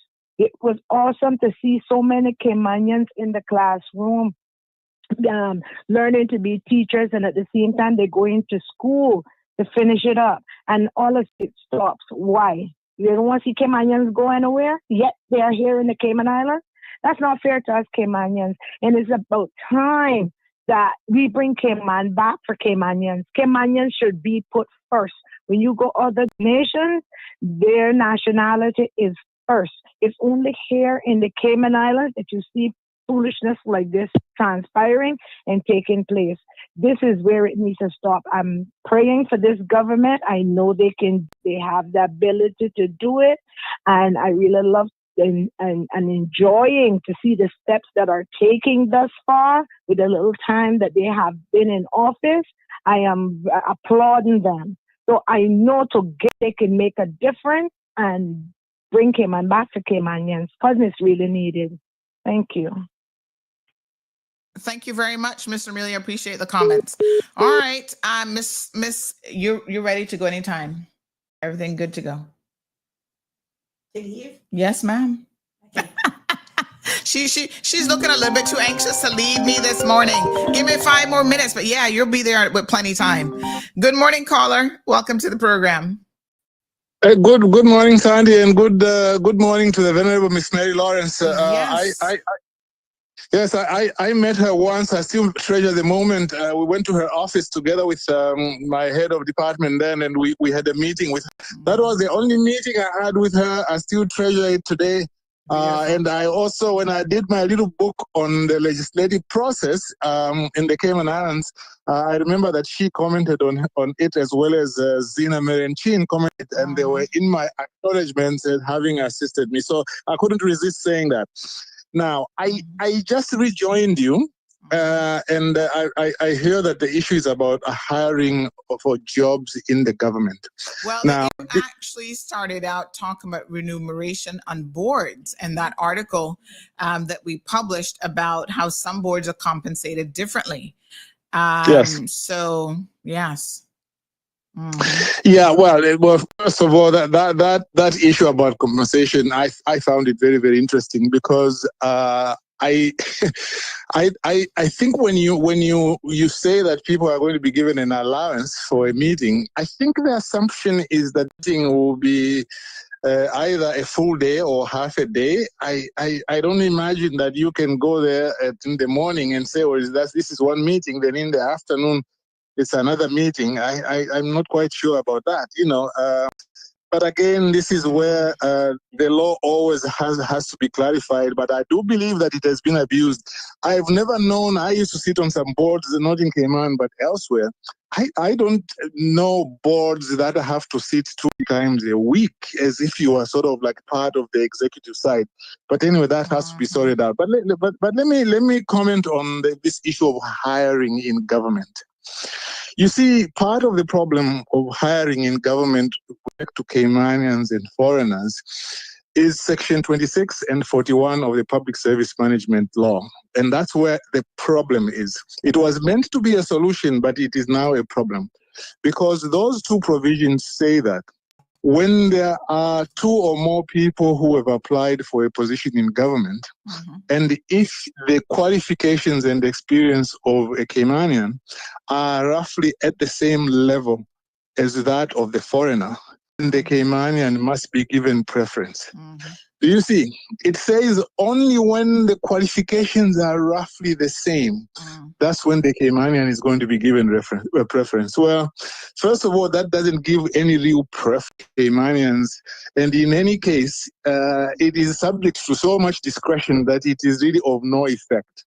What other countries do is they make it clear that if a local person qualifies for the job and there are no problems which are foreseen, then they must be given the job. In other words, the job needs 5 years experience and a bachelor's degree. And the Caymanian has that. And then there's a foreigner with 20 years experience and a degree. You still give it to the Caymanian because that's the way it is. But in government, that's not what they do. They need to amend those sections to specifically say that. And to me, I feel that this current government have already made the call. They are not going to solve this issue of job preferences, at least in government, because to me, in the first announcement, Andre should have said, yes, we will amend 2 sections so that they can now read differently. I can't tell you how many people have called me to say, oh, we heard you on radio talking about those sections. What are those sections? And I keep giving it to them. And nothing is being done now. Look at the immigration issues related, right? What has the government done? There has been this suggestion which has been made by one of your frequent callers that you should ensure that you work out a system that you do not grant more startup PR than the net growth in the population. In other words, maybe you should make it 50%. So if you grant in the preceding year 1,000, or rather you've got the net birth rate in the last year, for example, is 800, sure that in the following year you don't grant more than 400. That is 50% of status, because that way you can arrest that. The government should have done that, and they haven't done it. And last point, Sandra, there's also the issue of I forget. Okay, I lost my thought on one. Okay, the one about when rollover kicks in. When rollover kicks in, how do you say that it's going to start, in January? Or, how do you do that? Because it means that the time when it will have an effect will be 9 years. By 9 years, as Caymanians, you'll be down to about 15%. Now, what some of the things they've been saying is, well, but you see, it's retrospective. You can't make it retrospective. That is nonsense. Whichever lawyer tells you that, it's nonsense. If today you pass a law and you say that everybody who is here is subject to rollover, in other words, in the 6th year, when you reach 9 years, you can be rolled over. It is not retrospective. It is lawful. I even called Nick Joseph, not that I need validation on this point from Nick Joseph, but just to make the public know. I called Nick Joseph on another show. I said, would that be retrospective? He said straight away it wouldn't be. In any case, even if it was, the government would be free to do that if they wanted to. But the other thing they could have considered, they could have said, okay, if we don't want to be draconian, we can say that for who've been here for 7 years, for example, we will allow them to go to 9 years and apply. But if you have not been here for less than that, then you haven't invested so much. You'll be rolled over when the time comes. Those are issues that they shouldn't. In my view, they've thrown a Hail Mary pass, but it's even worse than a Hail Mary pass. At least a Hail Mary pass, sometimes due to luck, you can throw a touchdown. Thank you. Have a nice day. Thank you very much, Mr. Blakey. Appreciate it. The time now is 9:15. Miss Mary has at 10 o'clock, and she believes in being very, very punctual. We have Edis Bell Swaby says, good morning, Sandra from Vegas, Nevada. Good morning to you. Miss Mary, thank you so much. Really appreciate you coming, visiting us. Will you join me more often? The people are calling for you. Dave, I want to say something, though. Yes. On the matter of this hiring. We seem to forget that when we hire a Caymanian, we're supporting the Caymanian family, children, their home, their purchase of a car, their school fees, and whatever else they have when we hire a Caymanian. When we hire someone from abroad to do that same job that Caymanian could do, we have to provide them with those same services. We have to provide them with roads for their car to run on. We have to provide them with health care. We have to provide them with pensions. We have to give them all the benefits you give to your own people. And when you exclude your own people, then that's where the buildup begins. And government has to put in all of these services to supplement Caymanian families, where they've been pushing Caymanian families to keep improving themselves to move up the ladder. And until we decide that we are going to hire Caymanians and make sure that they're given the preference, we're looking right now for a university college. And you know how many Caymanians abroad could fill that position? Who are now in recognized universities, holding serious academic positions? Did we contact one of them? The job has not even been advertised where they could see it. And so how is it, are we going to ever fulfill this promise of putting Caymanians first?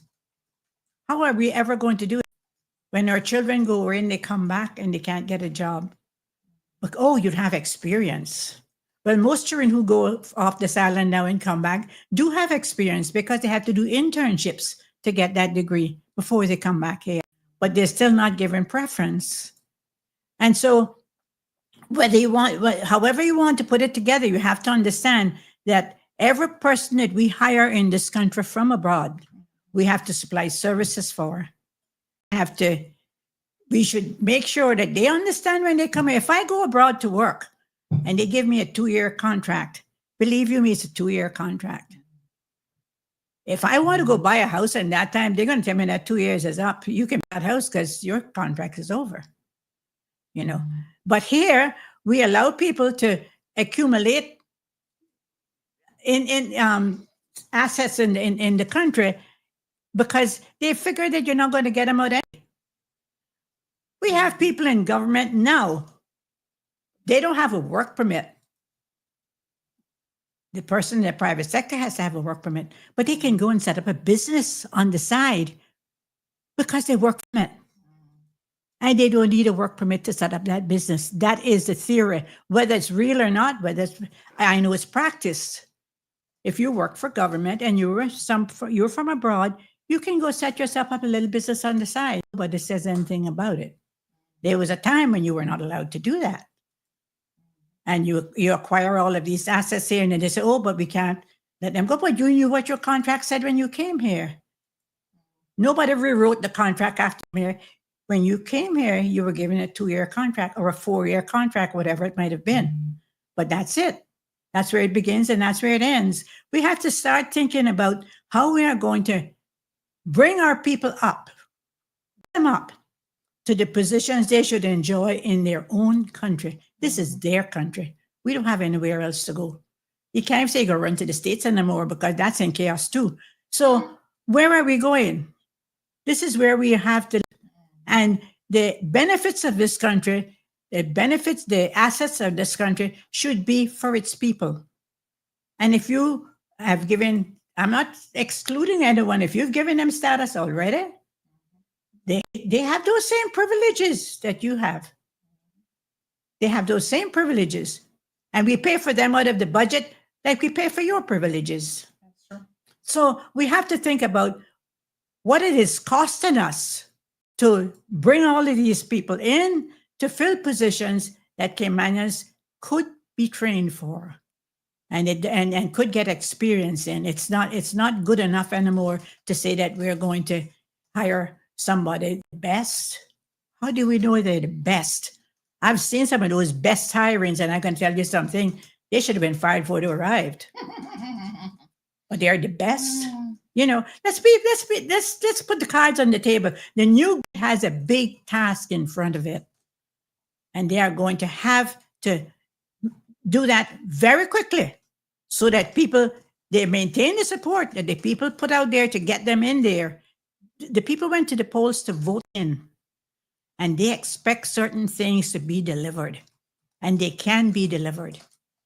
And they don't cost a lot of money to deliver them either. The things that people want don't cost a lot of money. They want jobs. They want recognition. They want to be able to feed they want to be able to send their children to school. They want to be able to do the things that everybody all over the world wants to do for their children. And it is time those privileges are given to our people so that they don't become a drain on the government's coffers on the other end, where you always have to be supplemented with foster cards and all that kind of stuff. It's time for me to go now. Bye. All right. So Miss Ann Rice just logged on. She says, good morning, Sandy and Mom. And someone said, please give Miss Mary a kaboom. So before she leaves, there's that kaboom button. Thank you so much, Miss Mary, for joining us this morning. I know it was an unintended visit, but, you know, unintended co-hosting, I should say. But nonetheless, I appreciate you so much. Be safe. You know I didn't come here for that. No, I know. But listen, you and I will talk later. Yeah, but you're good to go. But I'll talk to you later about a few little things. All right. She said she's been dismissed from class. Good morning, caller. Good morning, Sandra and Cayman. Good morning. I trust everyone is okay. Yes, good. We have a lot to be blessed and thankful for. The teacher situation, it is something that I know very well because I've had plenty of teachers that were Caymanian in the education department. I don't know if you remember I think it's many years ago as I call it, but we had a Caymanian chief officer. And that was a Caymanian lady. And she, when the story broke, I was shocked, very shocked, coming from the person that I knew because I know the person. The person is family to me. So anyhow, the report came out, and the school, for some reason, were passing apparently, and that was so far from the fact. But when the truth got out, that said Kemanian, as Chief Officer of Education, was taken off of the job because it had been revealed that she had instructed her staff to fix the report. Oh, yes. To say the schools were passing. Then a few years after that, a Kemanian teacher I knew had had enough of the drama happening at the schools. And they were very early in there. They had been there over 25 years already, but they still wanted to teach, but they just would not put up with the foolishness that was happening anymore. So they resigned and they left. If all we seem to do is bring people in here, foreigners, and we have ourselves to blame because we have to put in place now to try to fix all of these decades of being underprivileged, being told we are dumb, we are stupid, we have nowhere to go. Yes, this is home, and I say this again, we Caymanians are worldwide. And we do not go and we do not make claims to bring down who we are as Caymanians, not like some other nationalities do. But we have to have a balance. And I don't care who likes me after what I say today, but the balance Caymanians with foreigners is over where it needs to be. We are outnumbered 3-1 or 4-1 by foreigners in our own country. And people are going to get angry. They are going to call us all sorts of names, but our people have to come first. And like Miss Mary said, I am confident that this government will tackle things that need to be tackled because the people have spoken. The election is over, yes, but we have a government that seems to have the people at heart. Yes. It is high time, but we have to do more. I don't see why if you hire a teacher, why a Caymanian cannot be put in that classroom with every foreign teacher to be trained. But then, like Ms. Romelia said, there are some teachers that are going online doing diplomas and they don't even know how to teach. We got a lot of educated Caymanians here that have gone through our system. And I go back to the days when I was in school, in primary school, and I still see Miss Joy Bastio's face. She is a wealth of information and knowledge. I hope the government taps in to her brain and brings her on board because that woman knows what it is to run an education department. I will leave it at this. Thank you. I appreciate it. Cayman is a big place. We have grown, but our people cannot be left behind any longer because we have 600 to 700 students coming out every year. We have, as the current minister, Mr. Anglin, said, we have to do it. No child, and no child, I mean, is left behind in our education system because they all deserve a chance to get an education. Doesn't mean they're all going to become doctors and lawyers, like Mr. Anglin said. Can become decent, educated Caymanians serving our Caymanians and showing them that nothing that you put your mind to is not going to happen, like people say. If you put your mind to and do what you have to do to get where you want to be in life and get an education and get where you want to be, anything is attainable by any Caymanian. It matters where you come from, whether you came from down in the bush in Georgetown or from a high rolling family that got money that's Caymanian. We all have to have the same choices and chances in this life to get an education, get where we can be productive people in our society and give back, because Caymanians are a giving and loving people, but we keep importing people to tell us what to do, and that mentality looks like it's out of the door now because of how the people voted. And I will say this, I thank God for the people that did vote, because here we are today. And changes have to come, but there are going to be some uncomfortable changes for a lot of us. But then again, we have to realize this is home for us, and this is where we belong, and this is Cayman. Thank you, Sandra. Have a blessed day. Thank you so much. All right, there we go. So, folks, we're actually going to play a video today, but I'm guided by all of you and your thoughts and what you guys want to talk about. So let's continue the conversation. 929 in the studio, 560, another 26 on Instagram, and we got 2 callers now who are calling in. So let me grab them both.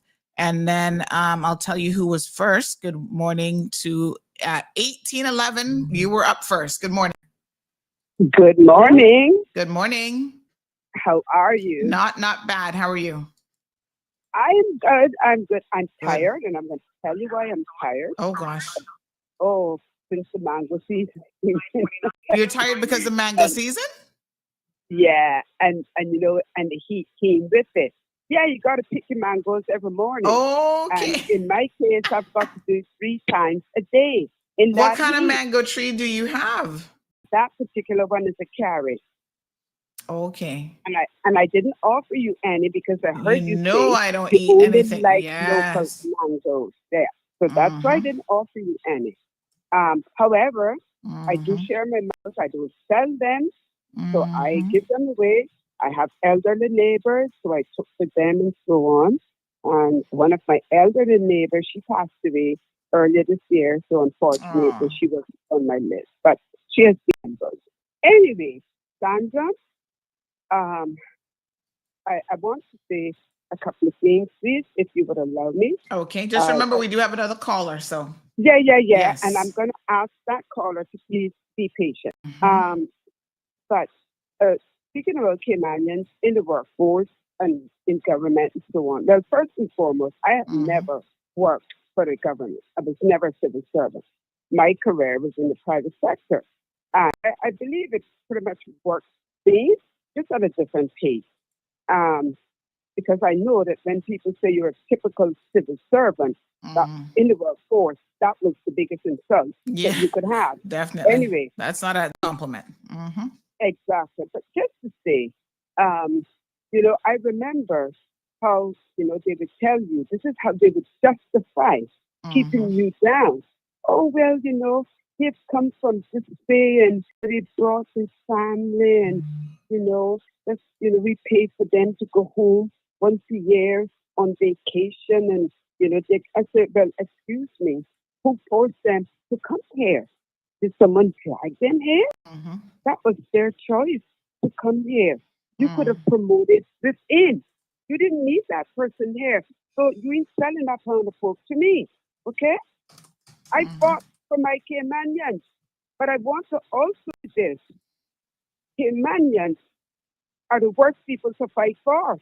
Because when you're fighting for them, they're stabbing you in the back and cutting your throat at the same time. They seem to be happier seeing the first get promoted, and they can run behind them, beep, beep, clack, clack, yes, man, no, man, yes, sir.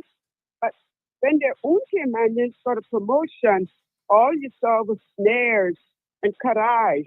Then they teamed up, and they would make sure to make that Caymanian's life a living hell. And I speak from experience. And if anybody wants to challenge me on this, I will call their names. So I would suggest that if they're listening, stay quiet. Anyway, the other thing that I want to say concerning government and the breakdown and stuff, we, as someone said, we are always responsible for it. We are the ones that go out and we vote for these people.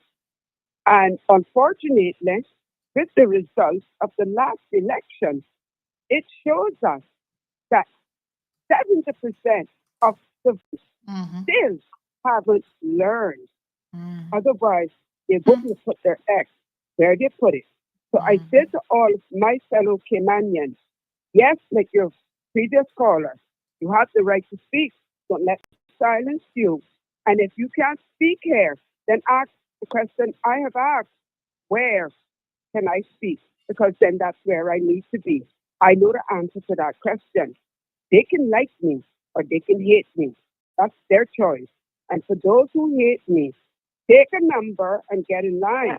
You can sit or remain standing. But I will always speak for as long as I wake up and there's breath in my body. Speak. I'm going to fight for my country. I have no exit plans. Not that I don't have exit options. No exit plans. This is home for me. This is where I will live. And I should be able to live at any level, any standard and comfort that I choose to want to live in or with. And I'm going to end on this note, Sandra, just for your benefit. No, I do not drive a Volvo. I cannot afford a Volvo. I asked you to buy me a Volvo. You said yesterday you felt like there was something missing from your shopping cart. And I said, it's my Volvo. Now, did you get that? It's coming soon because I have a feeling I'm going to be winning the lotto the next time I go to Florida. So don't worry, your Volvo's coming. Listen, and I want white. I want white. Okay? Oh, okay. Yes, I like white vehicles. Miss Ann says that she needs a few mangoes. Thank you, Miss Oh, Brenda. Tell her to come on over. Ann, are you here? No. She's in Tampa. She's not here. All right. Tell her president will not be arresting me for bringing in any mangoes. Oh, yo. Trust me. Good morning, and thank you. Good morning. Thank you. She says she will not be detained by ICE. All right, next caller. You're a morning caller. Morning. Good morning, Sandra. How are y'all doing today? Good morning. Not bad. How you doing, honey child? Doing very well. Blessed and highly favored. Beautiful. Anyways, Miss Brenda, you can have all the time you need. I'll happily wait for you to finish and say everything you have to say because you make sense always. So thank you for that. And you need to give them and drop a big old kaboom as well. But I want to say this. I'm looking at what's coming out of the NCFC with respect to changes to the Immigration Transition Act, and they're now coming and saying that they're enforcing the business staffing plan. Why was that not even enforced? This is where I say we have these issues in our government where the policies are there, the laws are there, and then they get watered down and set aside. Then all of a sudden you have the government coming out. Now we're going to make sure that the business staffing plans are adhered to. If you don't have one, you won't get your permits approved. But that is already there. Why was it not being enforced? Are we saying that our agencies that are responsible for these things to be implemented are not doing their job? Are they understaffed? What is the problem? Because I give it 3 months, Sandra, maybe 4, stretch it, maybe 4, and it'll be back to this square one again where they're not bothering to enforce and all the other stuff. And that is the saddest part about situations like that in the government where it's supposed to be things that are in place to protect us and to protect the business here as well. And now people just let it circumvent and push it aside, water it down, and can't be bothered. They came out about you need to have a medical declaration. No, that's already a requirement. That not being adhered to. Why are the employees of the WRC not complying with what is already in place? And then I'm hearing they're coming out now with another, what is it? They say they're doing this database on for Caymanians for employment. That is already in place at the WORC, Sandra. These are things that I'm out here looking at and going, but wait now, they're already in place. Why are you talking about them? How to start talking about filling the holes and the gaps and plugging the loopholes that are there for people to walk through, including all the dependents. We need to stop allowing people we give RERC to bring dependents with them. I'm sorry to marry somebody here. Your dependents can't come with you. I don't care how old they are. Those are the reasons we have. They flood in our schools with their dependents. If their dependents are over 18, they're taking jobs from our people. There are the systems that are in place, and I try to educate our people to go to the WORC.KY and look at the living and look at the working and look through the applications and look at all of the benefits that those individuals get on those application forms that are stripped from us native Caymanians. We don't get them kind of benefits. They roll out a plethora of red carpet for these individuals making these applications, and imploring the NCFC to go through those applications on that website. You all need to take a fine-tooth comb and comb through them and plug up the holes that are there, that have been placed there deliberately, so that a non-citizen can walk through. And that's why HR managers are now coming out with, we must prove we're a Caymanian. Hello? No. We need to stop this foolishness now, because this is not healthy. It's not a healthy environment. It's forcing our people into a plethora of situations. And the NCFC better wake up fast. They better wake up fast.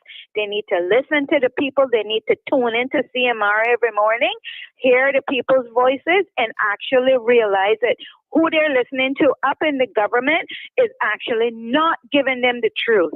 And that is facts. Anyway, have a good day, Sandra. I'll send you some sunset photos for Gigi. Thank you, my dear. So thank you so much. So listen, folks, just switching gears just a little bit here. There is a massive plane crash in India. I think it was heading for the UK. And when I say massive, but what is shocking is apparently one guy survived. Seat 11A walked away from the plane crash. Everybody else, it appears, is dead. One survivor, and then the plane hit somebody on the ground, and that person, one of those people, survived. Oh my God. Anyway, I know our news team is working on that. We might have to do a little AI news update for y'all on social media. You'll be fine.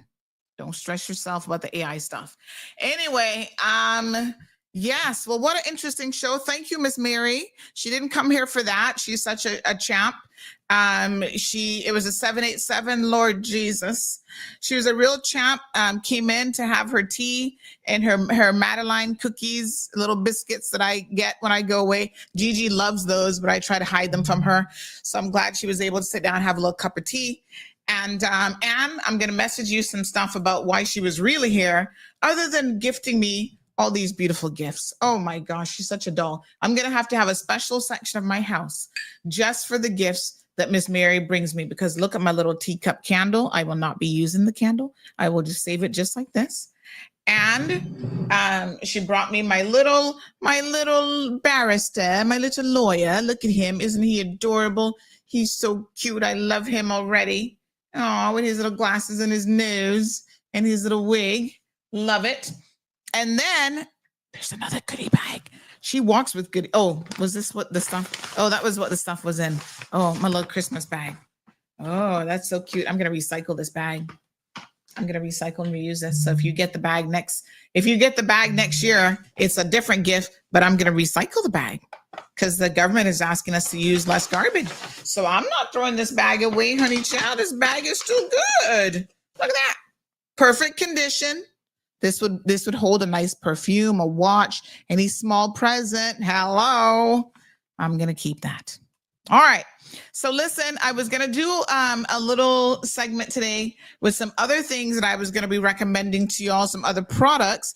But since we got busy, we will do that later. But I have my Jamaican black castor oil that I wanted to show you guys. Why is my thing not? I think I need to zoom in. I need my other camera. I'm gonna change up the studio a little bit, have a down camera so you guys can see from the top down and that sort of thing. But anyway, this is my pure, 100% pure organic, cold pressed, unrefined, hexane free Jamaican black castor oil. And I'm gonna just show you guys this one because I'm gonna start using this on my eyebrows because child, they need a little bit of help growing back in. Come on through, Miss Stacy. So what I like about this one, because I have another one in the bathroom somewhere. What I really like, yes, thank you, honey chia. What I really like about this one is what comes in the kit. And there's a man asking me yesterday, he's like, asking for a friend. Can I use that in my hair if I'm thinning like at the top? Not my hair, my friend's hair. And I said, of course you can, I'm sure. But look at what this comes with in the kit. I love it. So it has the castor oil, right? That's the 2.02 fluid ounce. But then it comes with little bits and pieces. So you can pour it in these little bottles. So you got your little miniature, what do we call these things? We got those. And then we have the little vials. So you just pour it in. You put that there and you pour it in. And then it's got these little brushes, which I love. So we got the little, look, honey chia. So you put it on and you put it on directly on there like that. Isn't that amazing? And then let me see this other one. This other one is like a little, oh, that's sharp. That's kind of sharp. What's that for? Anyway, that's why that one's got the little plastic on it, because that'll prick you. Put that back on there. Safety first. So anywho, yeah, so I like this one. I've never really seen one that came with the little vials and stuff before. So that's pretty cool. And then one of the vials is it has the little stopper that you can use. Look, yeah. The little droplet. And this one actually has, I'm gonna put on my glasses to see this one, child, because this one kind of small. This one actually has the measuring things on it. So you can do like your, yes, honey Jill, come on through, like your little micro measuring bits on there. So yeah, this little kit is nice. I like this. I'm gonna start putting this on my eyebrows. And then she left me books too, all kind of presents. Oh my gosh. Miss Mary always, oh, that's for Gigi. She's gonna love that.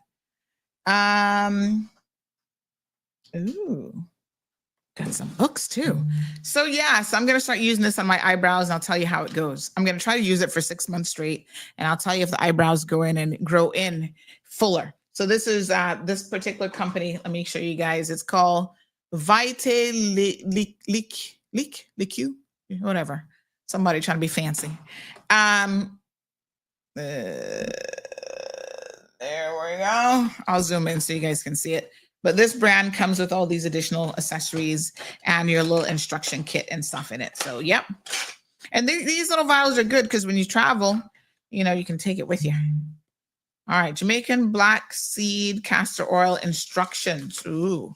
We always got to make sure we read the instructions. So it says Jamaican black seed castor oil, 100% natural. Yes. Color, dark yellow, odor, ash and tobacco odor. Ash and tobacco. Let me smell it now because I can't be walking around with stinky eyebrows. Hold on.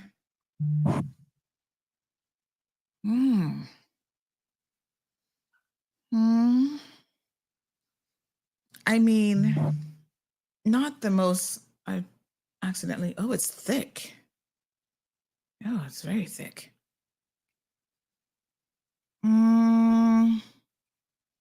Okay, I'll put the rest of my little edges. Keep them nice and grown into. Not the best smell in the world. Obviously, they haven't added any fragrance to it, that's for sure.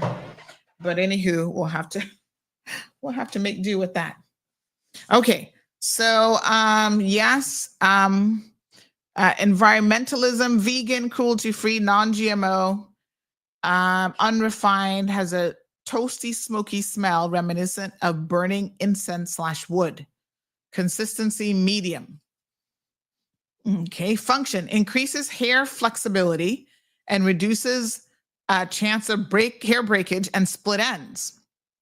Strengthens hair and nourishes the scalp, promoting a healthy environment for hair regeneration and can be used for eyelash and eyebrow growth. The eyelashes are okay, but it's the eyebrows, I think. Protects skin from free radical damage and reduces collagen damage and wrinkles. So you can put it right on your skin too. Deeply nourishes your skin for a healthy, smooth look. Making method, cold press extraction method. Applicable conditions, natural and gentle. Jamaican black castor oil is suitable for most hair types and skin. Precautions for external use only. Do not take internally. Please keep out of the reach of children. and perform a patch test before use. Apply a small amount to the inside of your arm. Oh, well, I've already put it in my eyebrows. Wait 24 hours to see if your skin reacts. If redness, irritation, etc., discontinue use or consult a physician. All right. So I already put it on my eyebrows, honey child. So let's see what happens.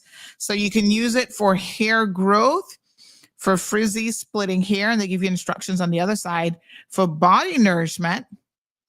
And you can add a few drops of essential oils to your hands and favorite moisturizers. Yep. And for eyebrows, eyelash growth. So I'm using it for eyebrows. So I will tell y'all how that goes, and we'll keep using it. All right. That's fine. I mean, like I said, I'm not crazy about the odor, but it will do. All right. So I'll keep y'all updated on that one. This is our beauty find of the week. And then, yes, I will keep y'all updated. And if it works really well, I'll put it up and let you guys know. Of course, this was an Amazon purchase. Okie doke. Not sure if you can get it anywhere on island. Okay, so thank you guys so much. I really appreciate it.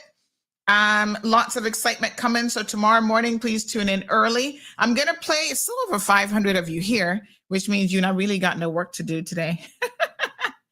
Oh, yes, hold on. We need to do a big birthday greeting today. Give me 1 second. 87 years young. Can you say where you purchased the castor oil set? As I'd love to get one for my brows. That was Amazon, honey child. Yeah, I was just talking about this. Somebody just sent me this with one guy walking away. Seat 11A, I think he was in.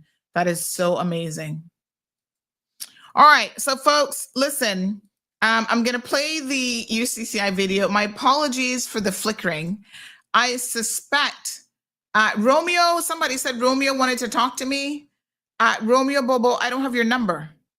So I can't talk to you because I don't have your number. So, here Miss Soka being salty, he says, yeah, right. That's why Jamaicans have all the long hair. Well, some of them do. But I'm going to try it. I mean, it's known for that. So, I mean, all these people can't be wrong all these years. I'm just saying. I'm just looking for eyebrows. I don't need it for the hair. This person says seat 11A is my new seat number when I travel. Oh, God. All right. So listen, I'm going to play the video. Just bear with me here. And I think you guys are going to enjoy this. It was very, very interesting. Let me see. Exported files. And then we will go with this. Honey chill. Okay, so this was a very interesting, let me see here now. If I can pull it over in the screen, make it full screen. So this, how do I make it full screen? How do I go full screen? Oh, there we go. Yes.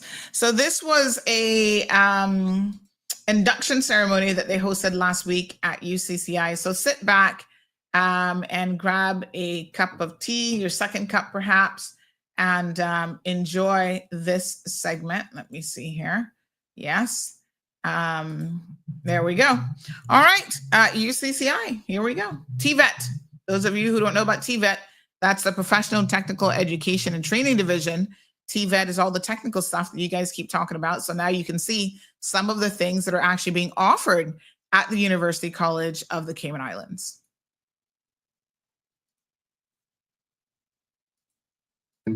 We are ready to start, and we will begin with the entrance of the inductees, led by this evening's coordinator of this event, Mr. Ricardo Benjamin.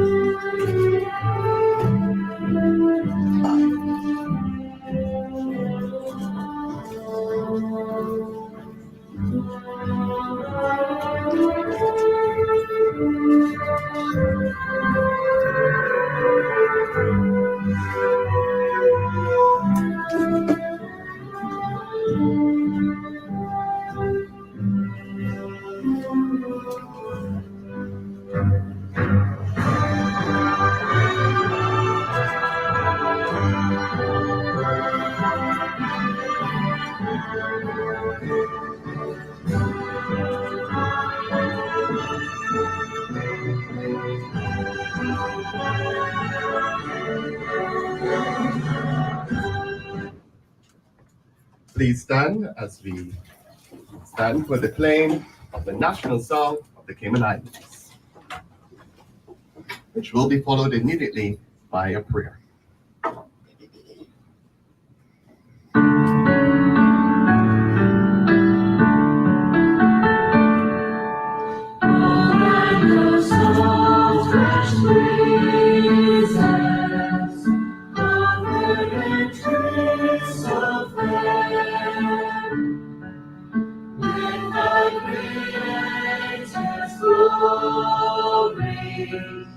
Reflected everywhere,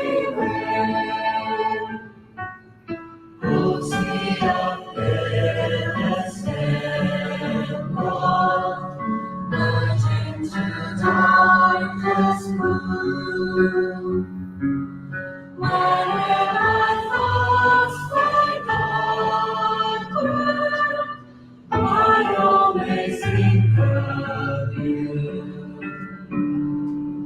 Dear verdant and set in blue Caribbean sea, I'm coming very soon, on beauty's arms to thee. Although I wander far, my heart enshrines thee out. Woman fair Canaan, I cannot be forget. I now invite Mr. Matthew McGill to lead us in a prayer.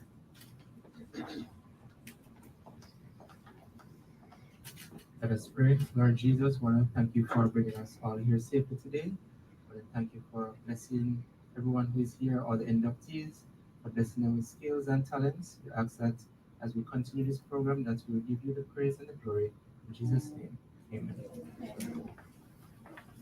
Please be seated.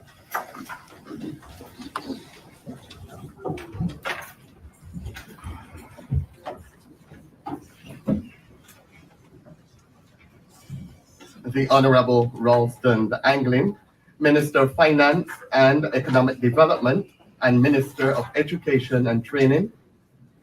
Mr. Joel Francis, Deputy Chief Officer with the Ministry of Tourism and Trade Development. Professor Livingston Smith, Acting President and CEO of the University College of the Cayman Islands. Dr. Belinda Blessed Vincent, Acting Provost and Vice President of Academic Affairs and Workforce Education at the UCCI. Guest speaker, Mr. Rohan Marshall, Senior Manager, Health and Safety, Environment at DECO and at DARC Limited. Senior management and executive leaders of the UCCI, specially invited guests, staff and faculty, inductees, members of the media, ladies and gentlemen, good evening. I am Paul Puckrin, Dean of the Professional and Technical Education and Training Division, and your Master of Ceremony. It is with immense pride and excitement that I welcome you to a truly historic occasion, the inaugural induction ceremony of the National Technical Honors Society Cayman Islands chapter, under the theme, Celebrating Excellence with TVET. Since 1984, over 1 million members have been recognized for the same effort and aptitude that our students have shown in their chosen areas of career and technical education. The National Technical Honors Society believes in empowering each of our students in their journey to develop the skills that will be needed to build a career that they love.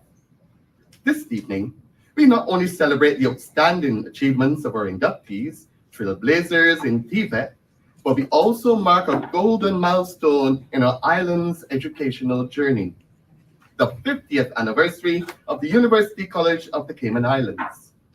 For half a century, UCCI has been a beacon of knowledge, innovation, and opportunity, shaping minds and transforming futures across these islands. As we launch the Cayman Islands chapter of the National Technical Honor Society, we add a new chapter to that legacy, one that honors integrity, leadership, service, and scholarship in technical education.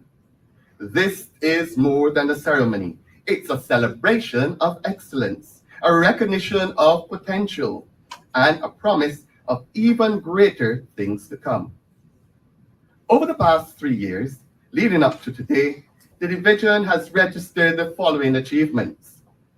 1, the successful education of the Ressembe European grant-funded project for the training of 50 unemployed Caymanians.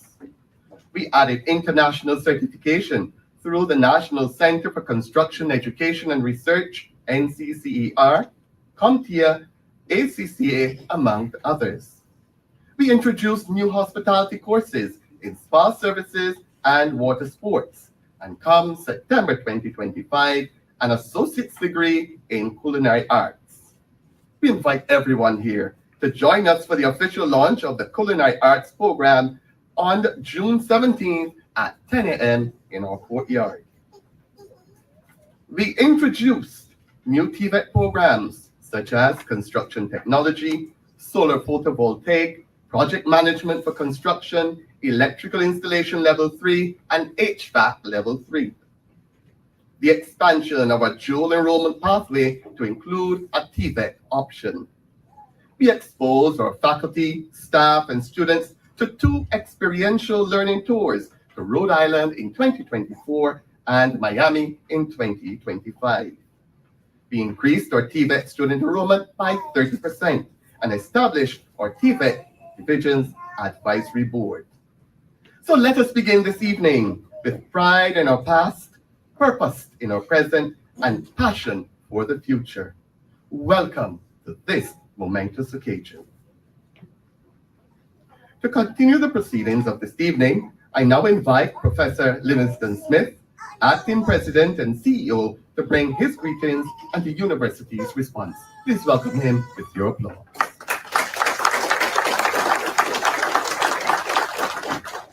Thank you very much, Dean Pocorin, and I would say that our Dean is doing a tremendous job in leading the TVET division at UCCI. If you believe that, let me hear what you say about it. And allow me to stand on the protocol that he has established, but also to welcome on campus our minister. The fact that he's here emphasizes the importance of this occasion. But there's somebody else I want to point out, even if you're not aware of it, but we have on campus right now Professor Emeritus Ray Jones. And I will let you know that for decades, Ray Jones was the standard bearer of TVET education at the community college at first, and then secondly at the University College. Give a hand, please. Give a hand.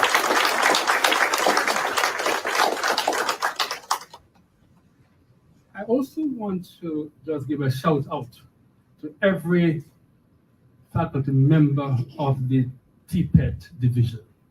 I dare say that all these persons who teach in this division are doing an extraordinary job. Give them a hand for me, please. Thank you. So, students, upon formally becoming members, you would have joined the Business and Finance Division, whose best students are members of the Alpha Beta Gamma Business Honor Society. And it gives me pleasure to say that the Division of Humanities and Social Sciences is in the process, I understand, of launching the Phi Beta Delta Honor Society.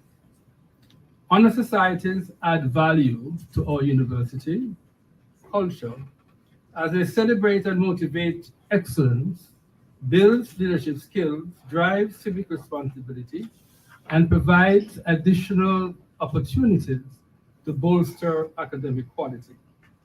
As acting president and CEO of UCCI, it gives me immense pride to stand before you this evening to celebrate a moment that is both personal and powerful. The recognition of excellence in technical and vocational education and training.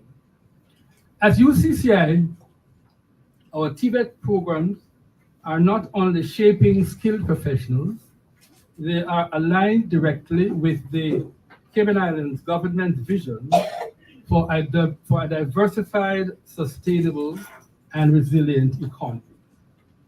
As our islands continue to grow, so too does the demand for local talent in construction, renewable energy, hospitality, and the other many technical fields.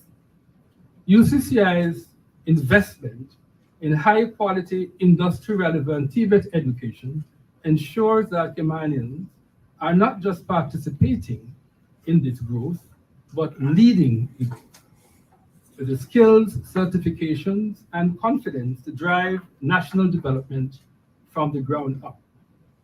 The Dean pointed out, and I want to just reinforce that UCCI has several TVET industry accreditations, including NCCER accreditation for its technical and vocational construction programs such as heating, ventilation, air conditioning, plumbing, electrical, and construction technology. CompTIA, NCCA, and so on. These accreditations ensure that UCCI's TVET programs are recognized and valued in the industry, even as we seek to deepen and strengthen our programs. The theme this year, celebrating excellence in TVET, could not be more fitting, especially here in Cayman, where skilled traders are the backbone of our infrastructure, our economy, and our resilience. Whether it is a newly installed solar panel in West Bay, a precisely plumbed line in Bontown, or a cool climate-controlled classroom at UCCI, I want to let you all know that your work touches every corner of our daily lives.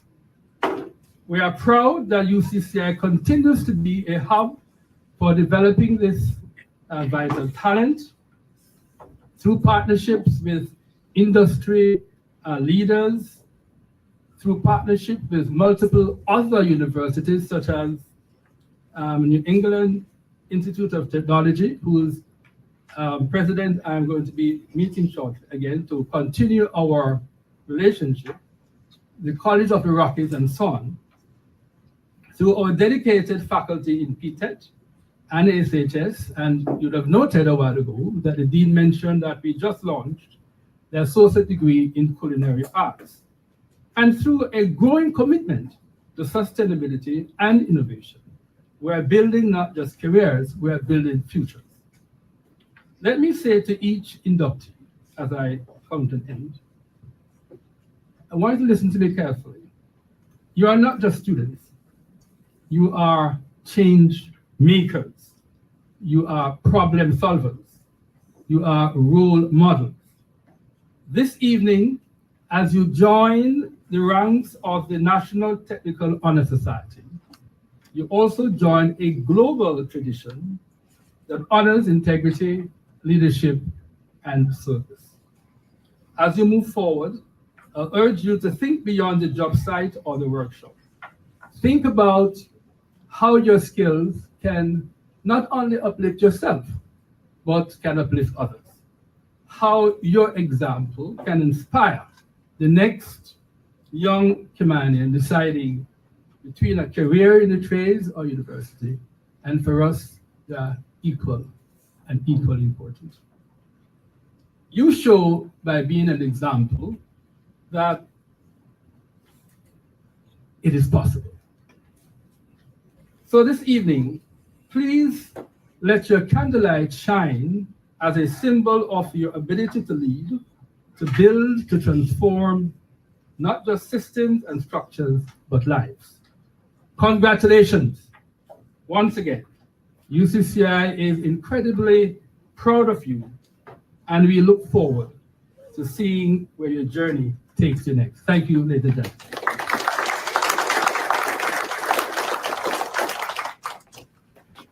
Thank you, Dr. Livingston, for those remarks. And ladies and gentlemen, I want to tender apologies on behalf of Dr. Liv. He may have to leave early, but to let you know that today is his birthday. And allow me to tender apologies for our VP for Business and Operation, Ms. Natalie Cover, who just couldn't be here, but her heart is here. Thank you so much. So don't go anywhere, sir. We're going to sing happy birthday for you, yeah? So at the count of 3, we're going to sing happy birthday and wish you many more to celebrate your next 50 years. I'm told it's 50 years today.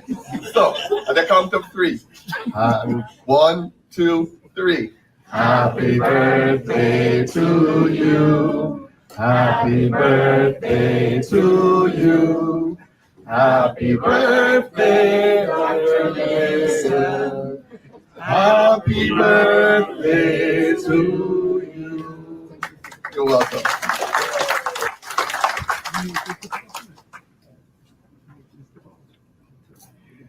It is now my pleasure to invite the Honorable Ralston Anglin, Minister of Finance and Economic Development, and the Minister of Education and Training, to give you his greetings. Please welcome him with your remarks.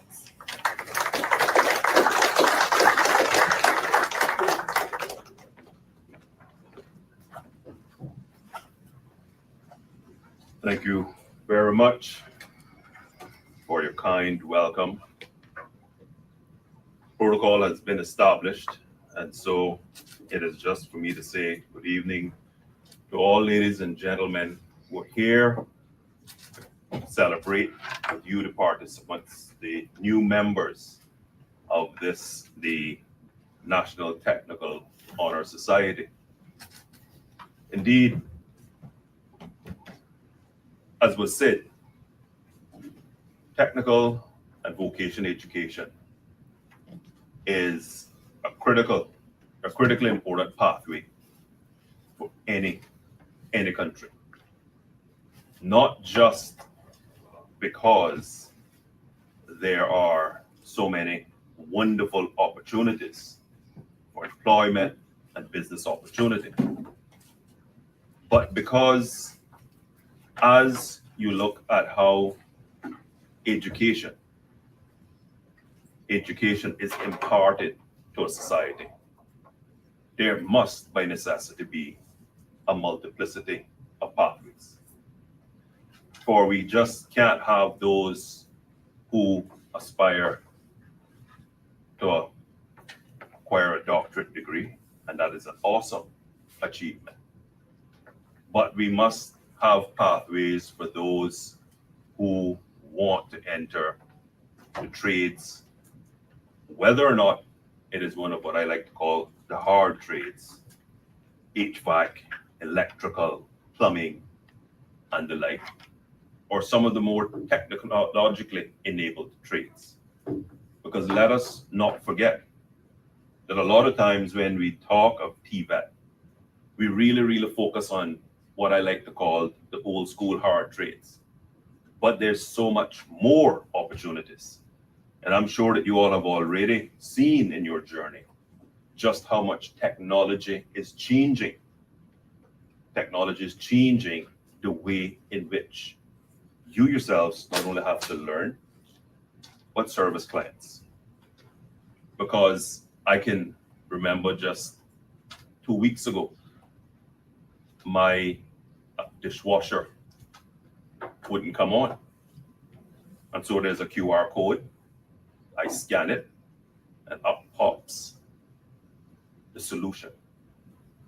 And so the way in which you yourselves, who are going to be practitioners in the fields, how to now position yourself and ensure that you remain at the forefront and at the vortex and relevant is going to come down to your own ingenuity and how you think about how you have to organize your businesses and how you have to organize the assistance for clients.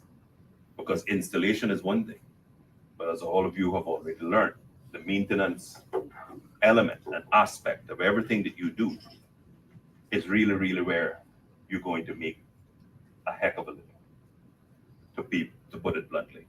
And so you're not just here because we think we need to play some politics to TVET, but because we truly value TVET as a foundation, a key foundational learning pathway and career pathway that more and more Caymanians need to take up, because there are so many opportunities. The opportunities, in my opinion, are endless. And knowing that is why this government, this administration, is going to have as one of its key platforms for education this term, building out a national technical vocation and education platform that is world class.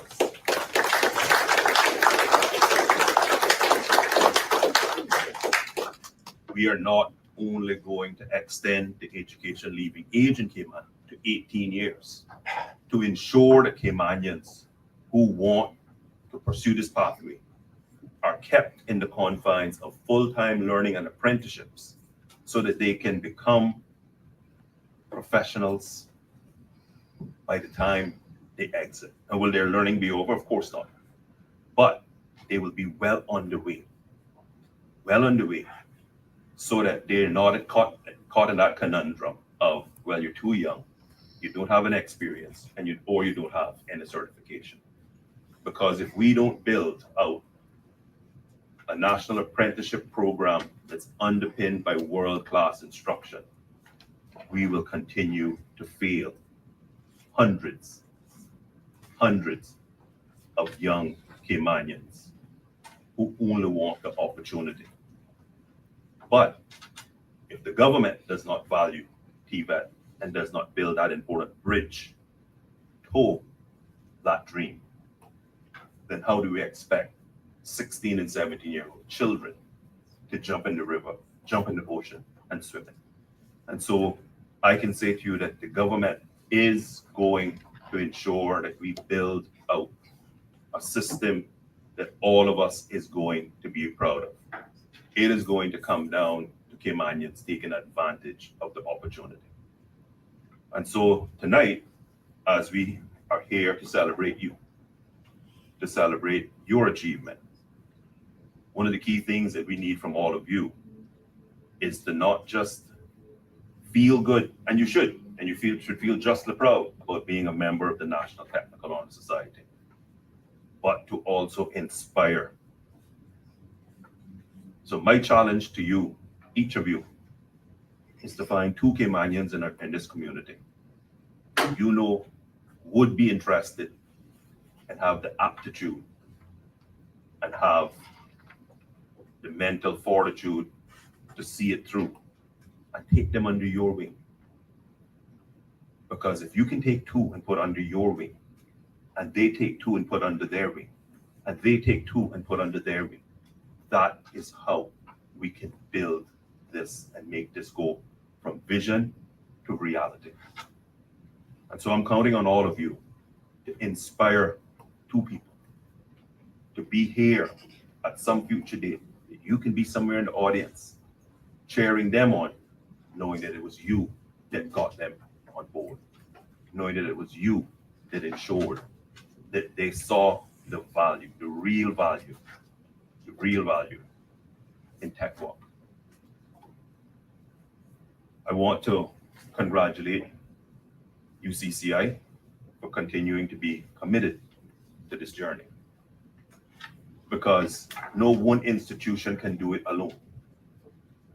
This is going to have to be, by necessity, a multi-pronged approach where we continue to create differing centers of excellence so that all of the opportunities are truly available. And available to those, to all. Because if we really believe in lifelong learning, it'll be about those who want to enter the profession, but then there'll be some who will want to do it for themselves because it's something you're interested in.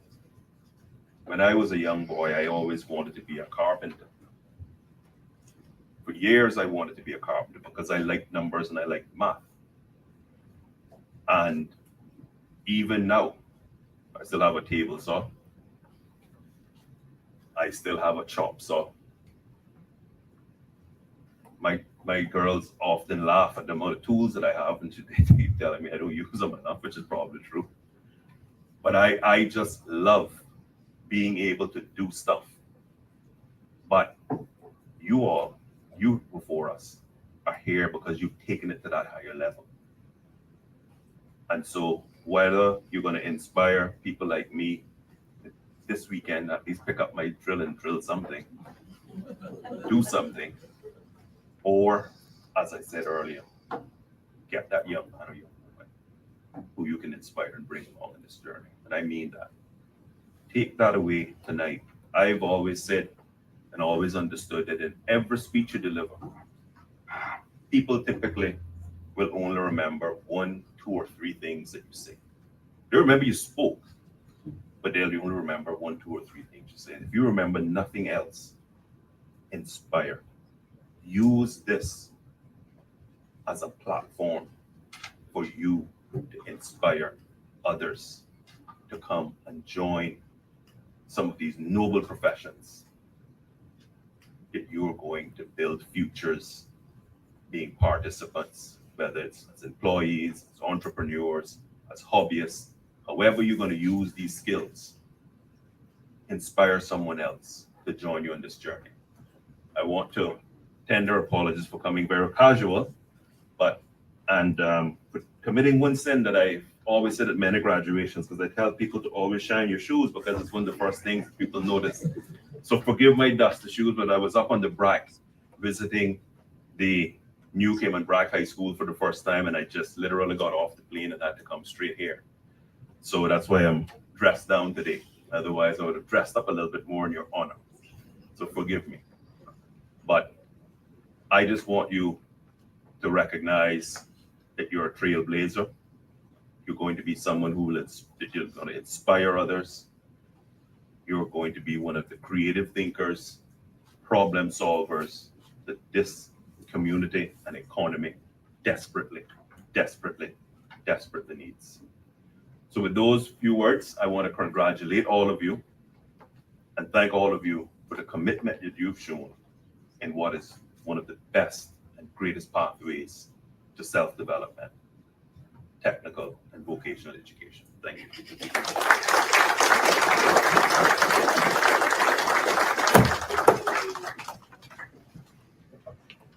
And thank you, Minister Ralston, for those words. We look forward to welcoming you back to have a sit down with our division and the entire university on how we can craft the TVET program in a much more desirable way. I now invite Ms. Donette Goddard to give you a token of our appreciation on behalf of University College. Oh, thank you.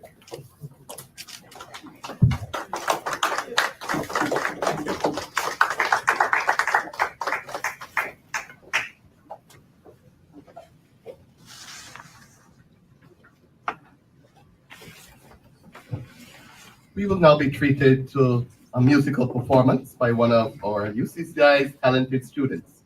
She is Miss Yanla Howell. Please welcome her.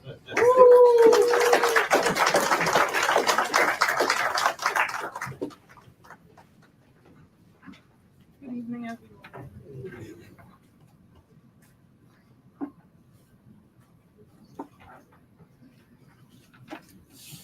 You're broken down and tired of living life on a merry-go-round.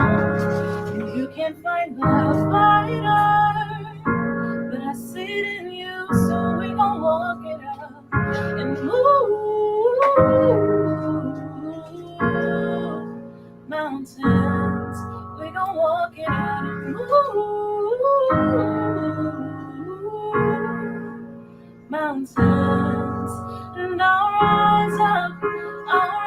like the day. I'll rise up.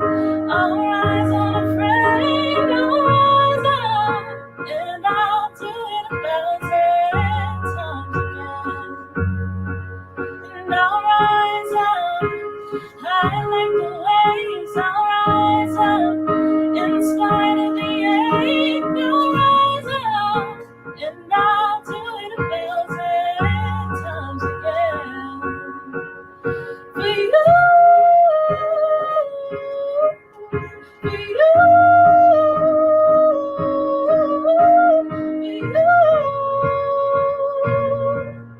for you.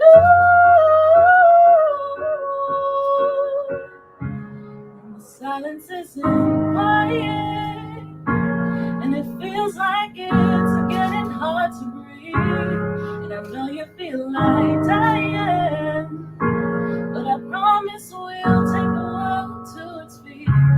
Ooh, mountains, bring it to its feet. Ooh, mountains, and I'll rise up. I'll rise like the day. I'll rise up. I'll rise unafraid. I'll rise up. And I'll do it 1,000 times again. For you, for you, for you, for you. All we need is hope. And for that we have each other. And for that we have each other. And we will rise, oh, we'll rise. We'll rise.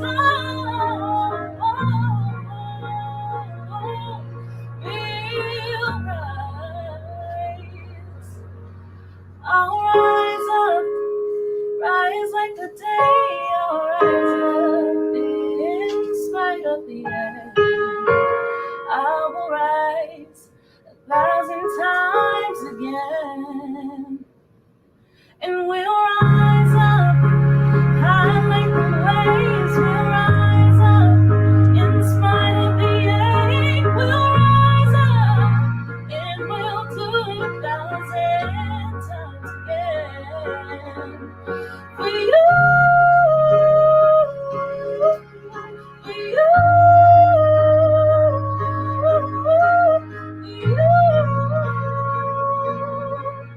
for you.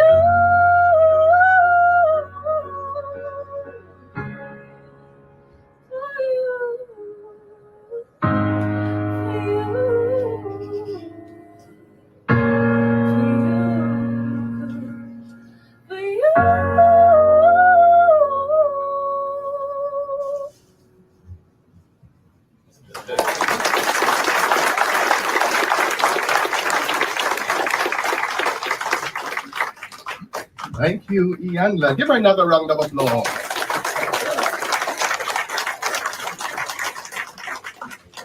Now, I know many of you may be wondering what is the National Technical Honors Society, and to share the purpose of this organization and this honors society, please help me welcome Dr. Belinda Blessed Vincent, Acting Provost and Vice President of Academic Affairs and Workforce Education.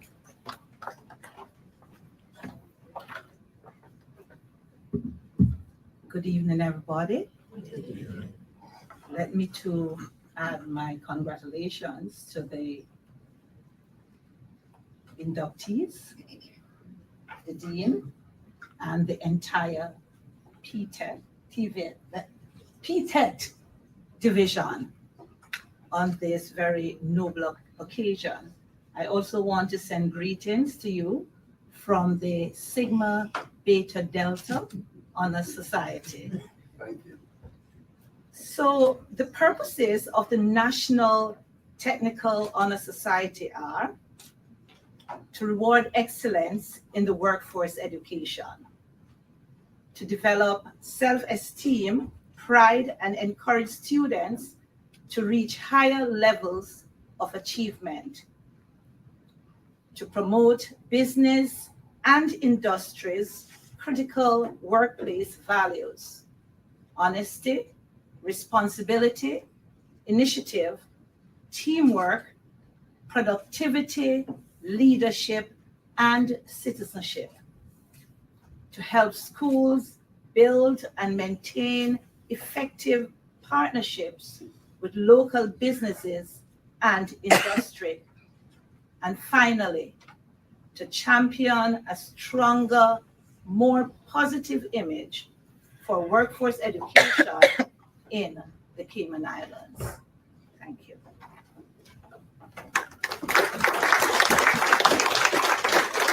Thank you, Dr. Belinda. And you can see that is so aptly said. It coincides with what the minister has said, that he's aiming for technical vocational education in the Cayman Islands to achieve. So we are on a good path.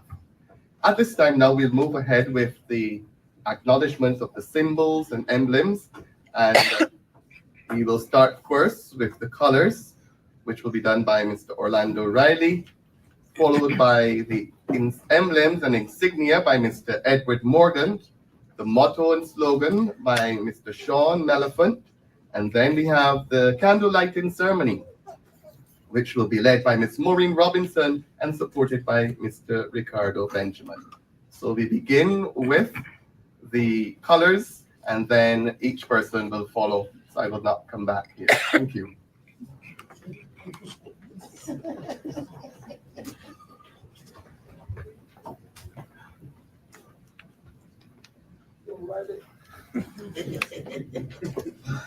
Good evening, ladies and gentlemen, honorees and well-wishers.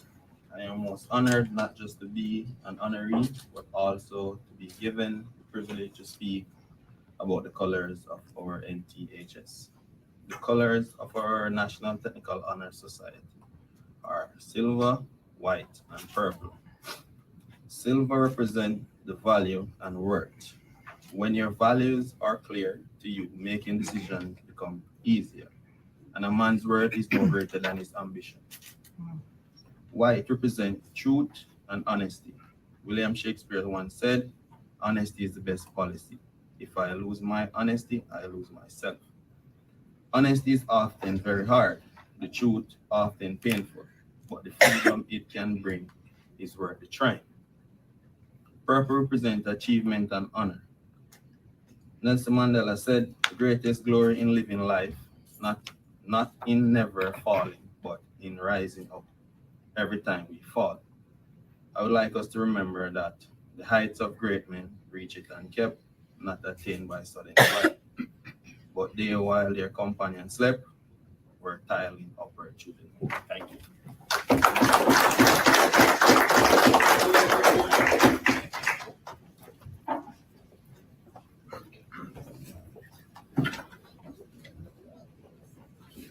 Members of the audience, fellow inductees, as well as honored guests, I've been given the undeserved privilege to explain the wonderful emblem of the NTHS. I say undeserved because being in class, it's more than just book and the subject matter. We discuss life. And in discussing life and seeing what each individual go through, you have the mindset of the Apostle Paul, who basically says that I am the least of the apostles. And so that's why I say undeserved, because my fellow inductees, any one of us could have come and carry out this privilege. Now, the emblem that you see here is the official emblem of the organization, and it is made up of a shield crossed by a scroll that is bearing the letters NTHS. Now, if you look above the shield, it's the head of the American bald eagle, and it is encircled with a wreath of stars, 7 stars. Now, what do each of these sections represent? Well, the shield, it represents the individual member. And if you look at the line that is running through the shield, it represents the plumb line, which is fundamental to building a life and career upon a good foundation. Now, what about the eagle's head? Well, that represents the United States of America and the individual's freedom of choice to choose whatever career that he wants to. And what about the wreath of the 7 stars? Well, that represents the 7 attributes of the NTHS. Now, what are those 7 attributes? Well, it's skill, scholarship, leadership, honesty, responsibility, service, and citizenship. So when we see NTHS, it represents something. And with that in mind, each and every one of us as inductees take what we're seeing here on screen to heart. And my fellow audience, honored guests, we'd like to thank you so much for just being here. It's a form of support. And we'd like to say that we really appreciate it. And going forward, we'll try our best to live up to these 7 core values. Thank you.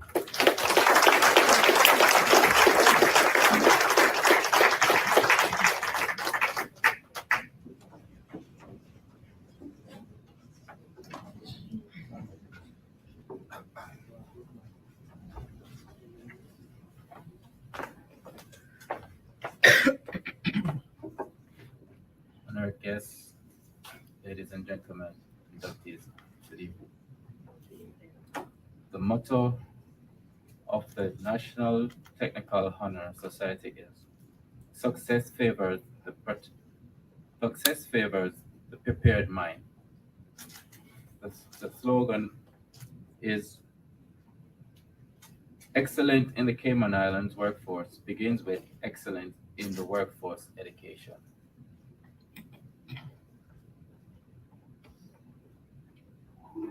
Thank you.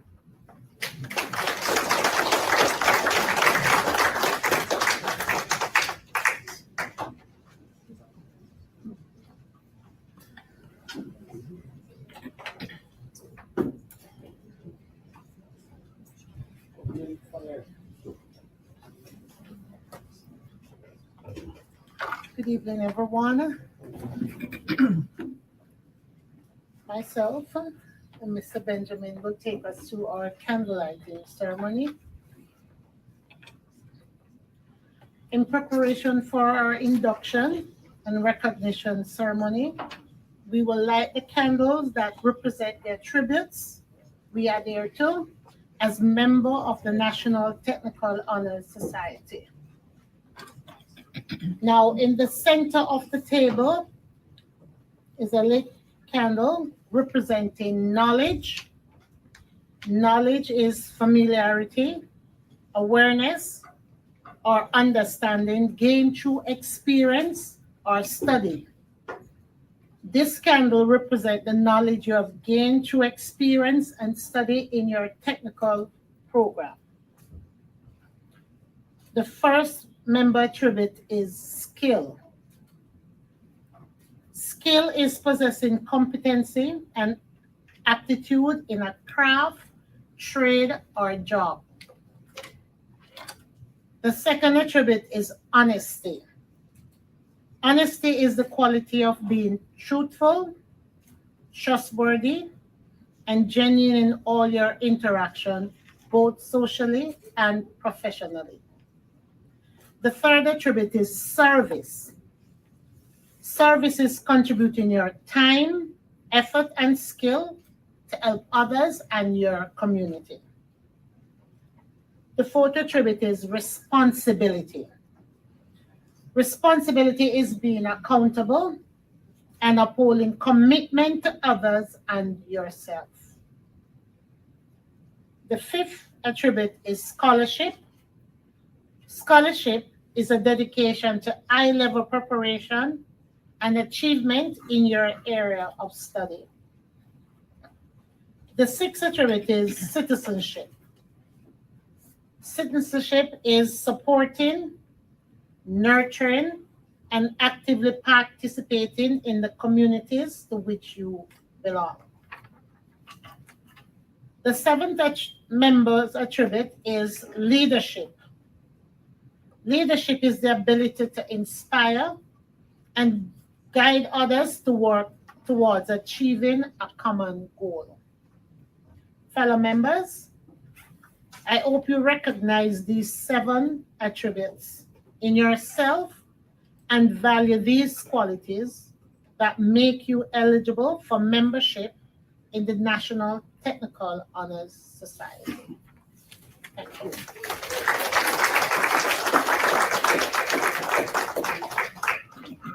Thank you, inductees, and Ms. Maureen and Mr. Ricardo for taking us through that process.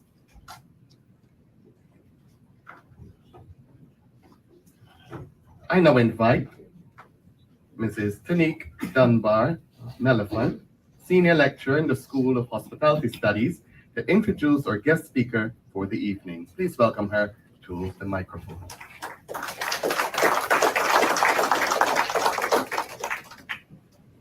The privilege is mine to introduce our guest speaker.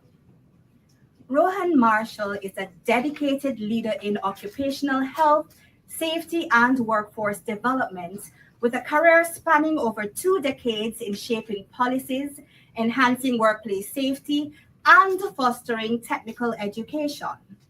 With a deep commitment to empowering future professionals, Rohan has played a pivotal role in integrating training frameworks, industry safety standards, and leadership development across the Caribbean. His expertise extends to spearheading innovative programs such as the Orange Ribbon Pledge Award, recognizing excellence in workplace safety, and transforming the safety, health, and welfare management system into a central tool for tracking incident reporting and health management standards. As a senior manager for health, safety, environment, and security at DART People Limited, Rohan oversees safety strategies for vast workspaces and nearly 1,000 daily active workers, ensuring a culture of awareness and excellence. Additional focus placed based on synergies for welfare needs outlined under the labor law and security safety measures.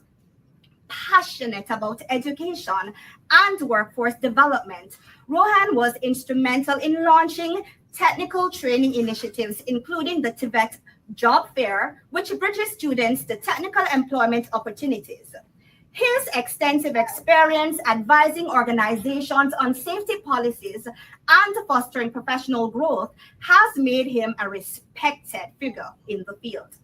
Rohan's passion for vocational training is evident in his tireless efforts to create opportunities for students and professionals alike. He has championed the development of programs not only to equip individuals with technical skills, but also to instill a sense of pride and purpose in their chosen careers. By collaborating with educational institutions, industry leaders, and policymakers, Rohan has ensured that vocational training remains a cornerstone of workforce development and economic growth. Tonight, as we honor the next generation of skilled professionals entering the world of Tibet education and celebrate the launch of the National Technical Honors Society, we are privileged to welcome Rohan Marshall, a visionary committed to ensuring that excellence, innovation, and safety remain at the heart of technical education and industry advancement. Please join me in giving a warm welcome to our extraordinary speaker, Mr. Rohan Marshall.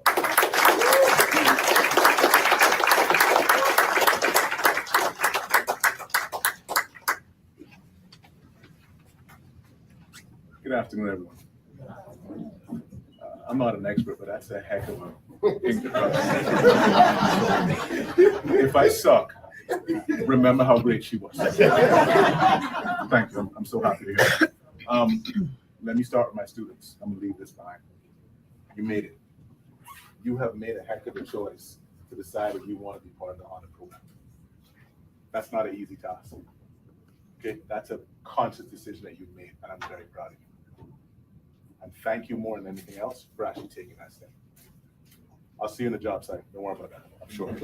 Okay, because at some point, at least 5 of you are going to be on my site, so don't worry. All right. Minister, thank you. It's good to have you back. More importantly, it's good to see that you're looking at TVET. When I came home, by the way, Miss Malaplat, you make me sound really old, but that's okay. Some 20 odd years ago, I was prepositioned between two different ministries. And the ministry I picked was a ministry that said to me, we want to push technical vocational education training. And I picked it then because I know where we're going. I knew what was happening. This is a country that's born, raised, and is 100% supported on technical education training.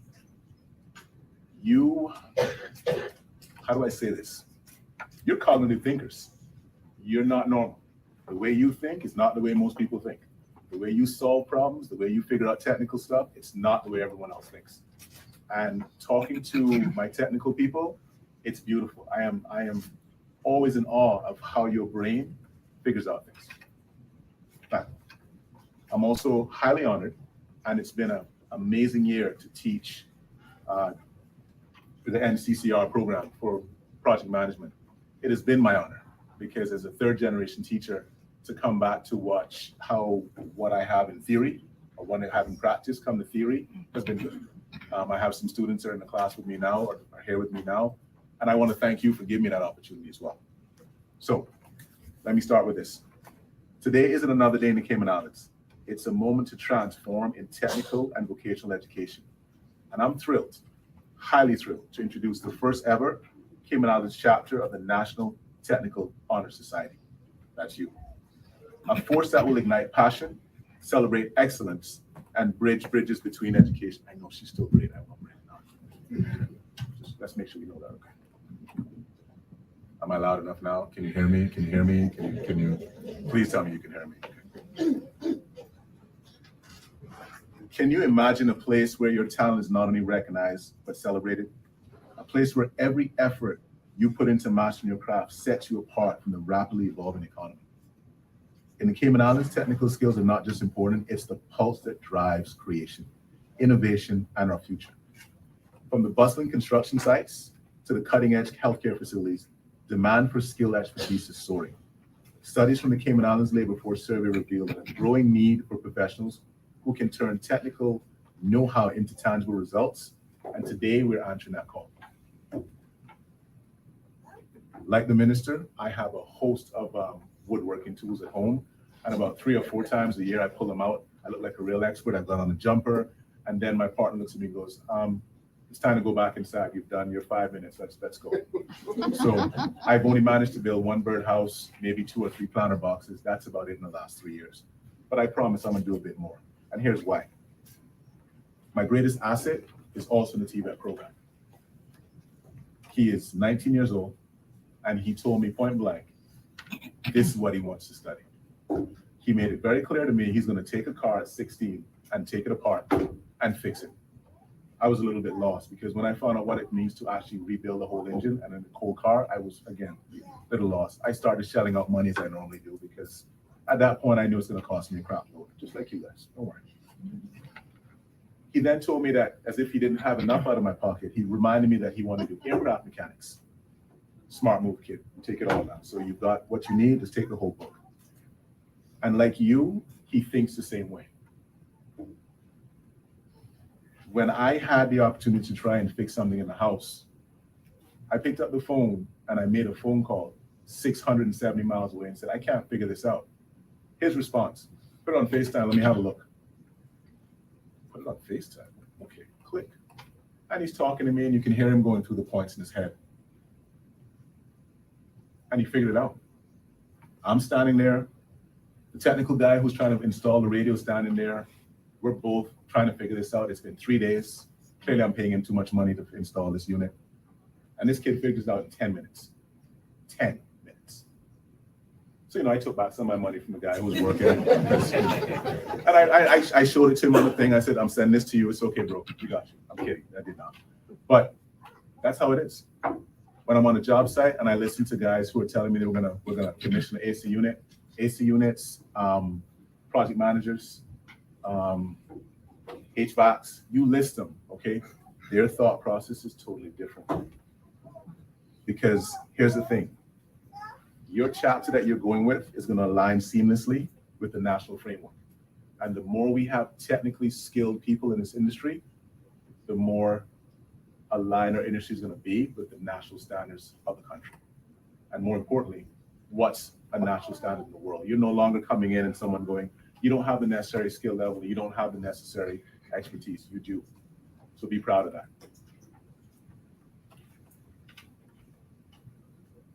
Whether you're a seasoned student or continuing to sharpen your abilities, or a bright new talent eager to launch your career, NTHS is here to empower you.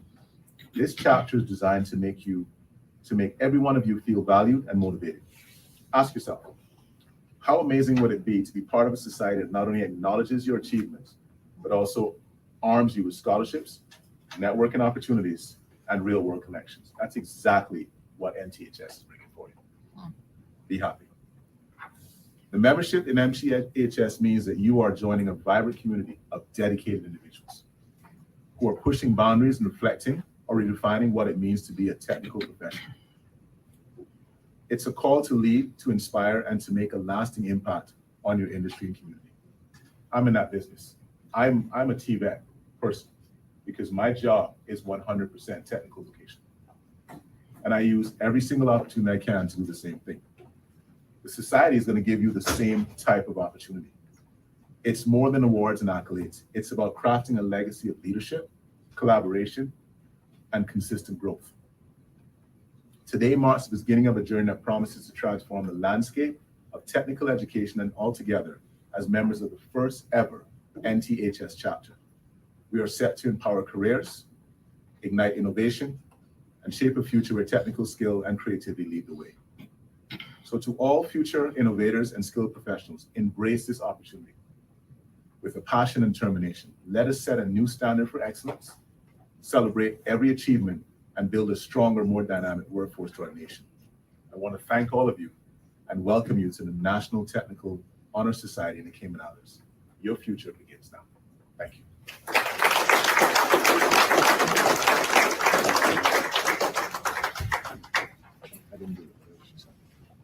Thank you so much, Mr. Marshall, for those inspiring words. And he said, we have been very privileged to have him be one of our tutors for the project management for construction.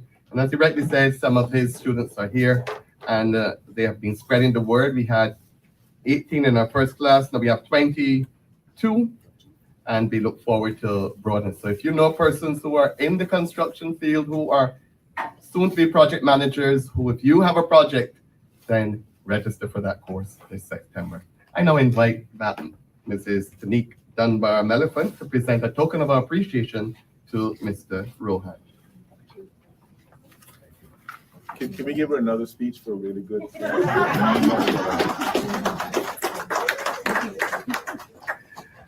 And to echo Mr. Rohan's sentiments, please give Ms. Tanique Dunbar-Mellifont another round of applause for an excellent job in introducing our guest speaker. We now proceed to the induction of new members. And this honor will be led by Mr. Ricardo Benjamin, Program Director for TVET, and the man behind the organization and the production of this evening. Please give him a warm welcome. It's your applause.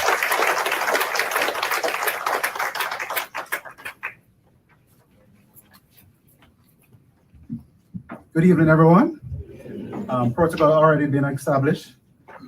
Congratulations to all our new inductees at the National Technical Honor Society. As members, you are joining a distinguished community committed to academic excellence, leadership, integrity, and dedication to technical mastery.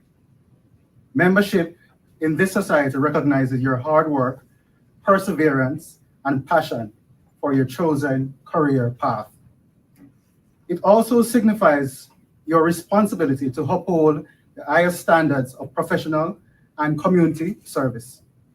Being part of the National Technical Honor Society provides opportunity for networking, continued learning, and leadership development. All essentials for success in today's competitive workforce. Remember, your commitment to continuous improvement reflects the core values of our organization and prepares you for the future achievements in your career. Now, to induct and recognize our new National Technical Honor Society members, the following students embodies the attributes, for our organization to represent excellence in career and technical education. Mr. Mark, could you join me?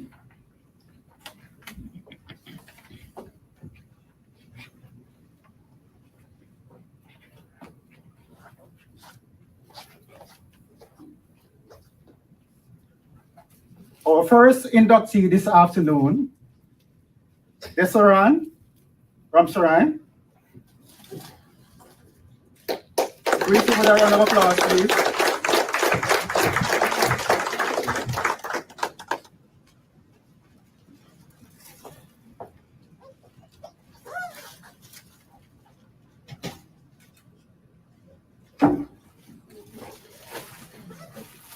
Jose Venga.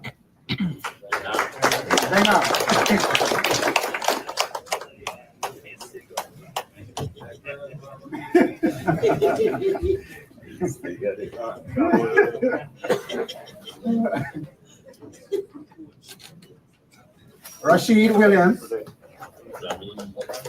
Ramesh Williams. And guys, I've been calling this gentleman the wrong name for 3 years. 3 years. And I'm seeing him out almost every day.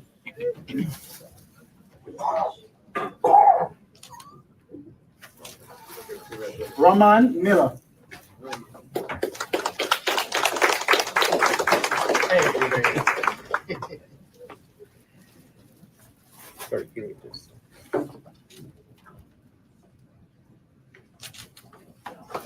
Keep the applause coming for Rolando Riley.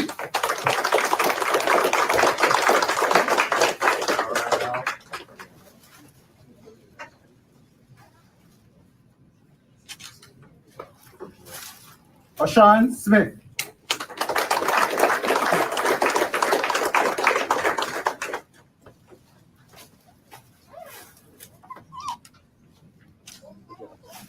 Edward Morgan.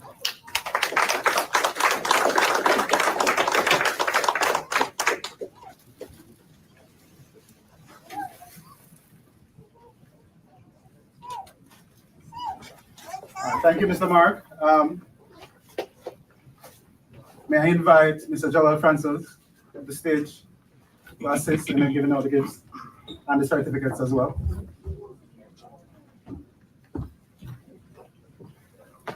Rondell Blackman.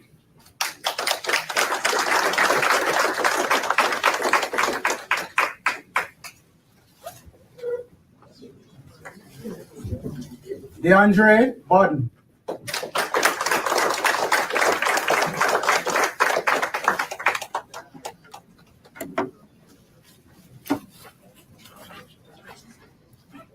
Bintan Chinsi.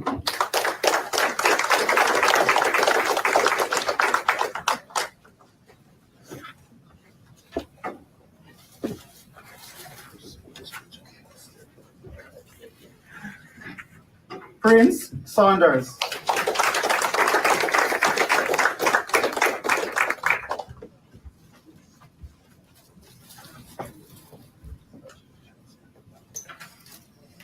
Roger Spence.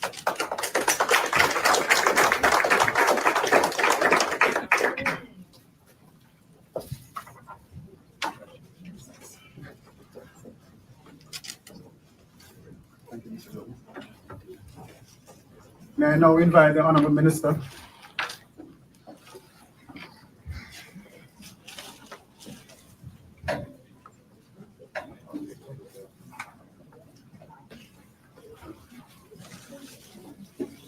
Andre Rainford.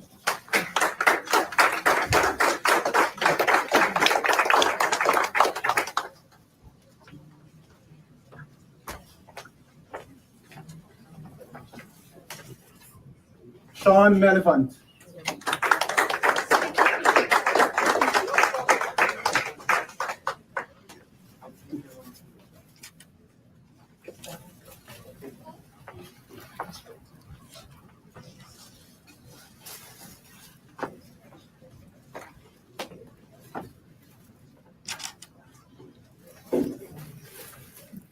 Timothy Oliver.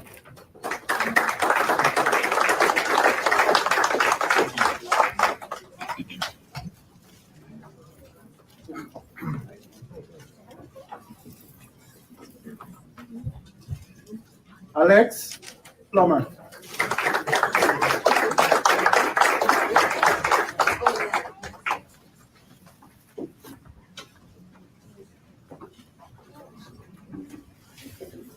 Richard, yours.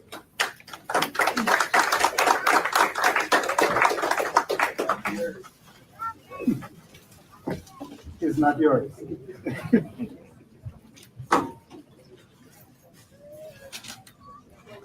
Antoinette Baldwin.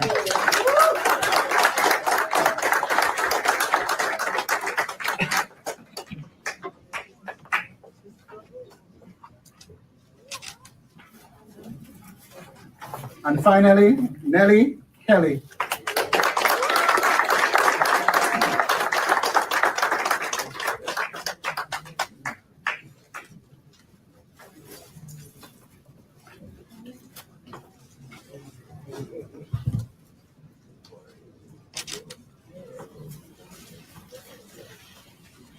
Thank you, sir.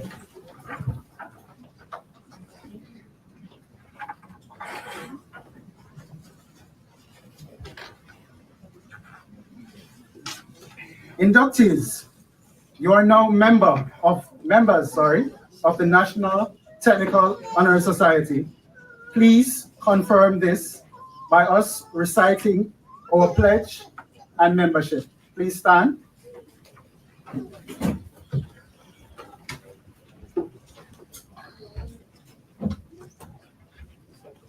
So we're going to count 1, 2, 3, and then we're going to begin. So the pledge is on screen. 1, 2, 3. As a member of the National Technical Honor Society, I pledge to maintain the highest standard of personal conduct. I will apply myself to continue a record of scholastic achievement. I will strive for excellence in all aspects of my education. I will invest my talents and skills and my knowledge in a career of my own choosing, and shall always endeavor to uphold my obligations as a citizen of my community and my country. Thank you. I now declare you duly inducted as members of the National Technical Honors Society.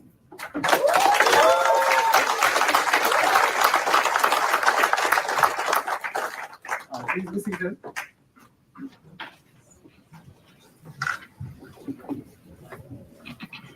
Ladies and gentlemen, please give Mr. Ricardo and his team another warm round of applause and congratulations to our inductees. I wish to take your attention to the screen. We're almost to the end, but we have a video from the Executive Director, Mr. Peyton Holland, and THS, as he sends his greetings on behalf of the organization.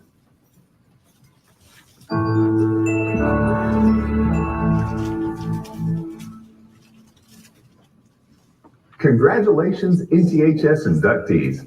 On behalf of all of us at the National Office and your fellow members all across the world, we're excited to welcome you to the National Technical Honor Society.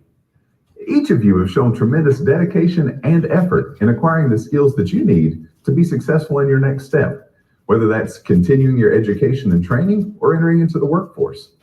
Your hard work, it's been noticed by your teachers and advisors who have brought you all together today to celebrate not just your outstanding individual accomplishments, but also the importance of career and technical education in your community. And I want to take just a moment to say thank you. Thank you to those teachers and advisors for the commitment they've shown to each of you and countless others in helping you develop your skills and to grow as a young leader. Now, as we sit here today, this is such an exciting time to be sitting in your shoes. You all have something incredibly valuable in your possession, something that can be a game changer, not just for you, but that can have a huge impact on the rest of us. That is, if you're willing to use it. That's something special, that game changer, it's your skill. The very skills and abilities that you've started to develop during your time in school are exactly the types of skills that our country and global community need to help shore up our economic footing and alleviate the pressures that service and supply chain shortages are putting on so many of us. We need great, skilled leaders just like you in healthcare, IT, construction, business management, and so many other areas.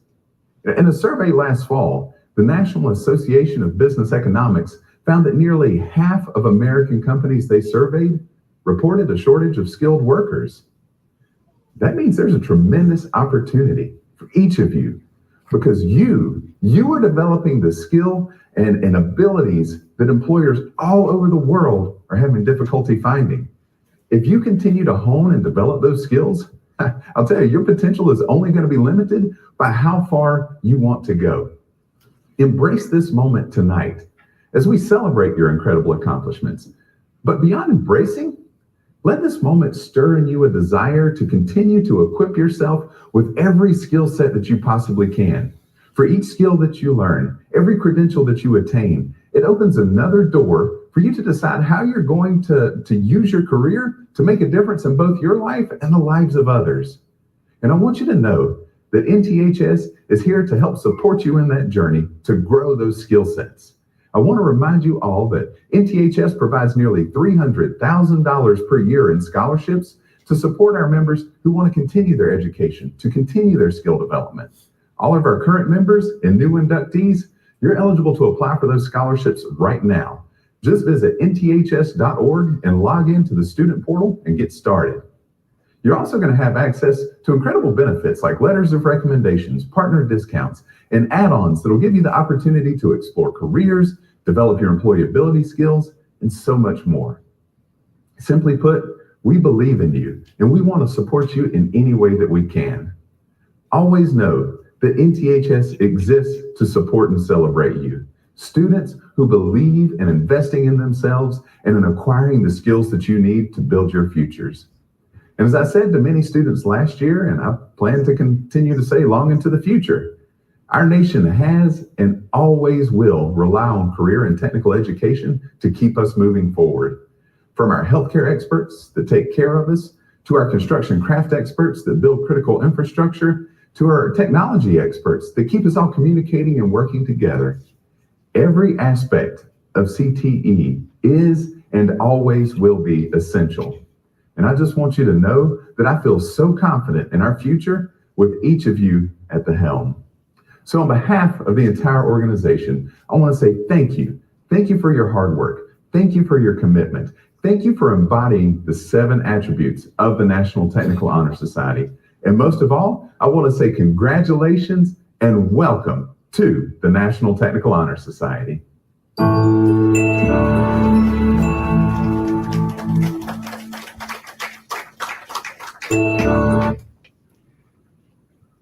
And to bring the ceremony to a close, I now invite Mr. Earl Walcott, Senior Lecturer, to move the vote of thanks. Please welcome him with your applause.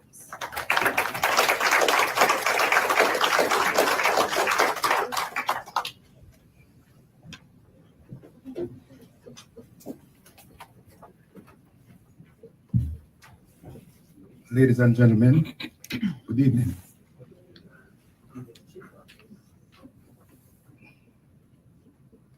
As we bring this ceremony to a close, I would like to say to our inductees, as you reflect on the journey that brought you here, Look forward to the future with optimism and hope. Take pride in your achievements. Stay curious and never stop striving for excellence. On behalf of the University College of the Cayman Islands, we would like to congratulate you all on your hard work and installation in the National Technical Honor Society. This is an honor that you'll be able to carry throughout your education and your career. Congratulations and welcome to the National Honor Society. Thank you. Ladies and gentlemen, thank you all for coming.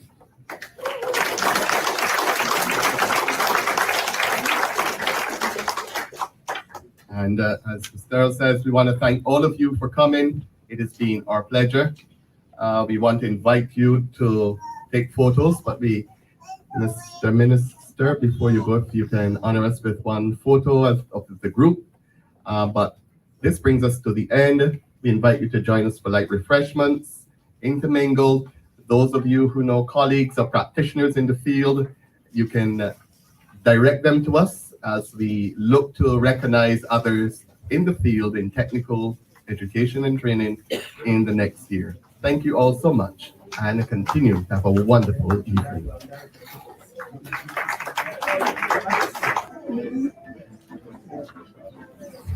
Do I need to get out the way?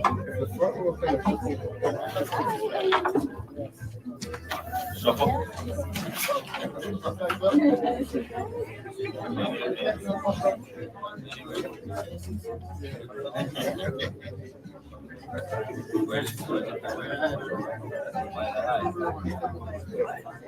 You can see them now.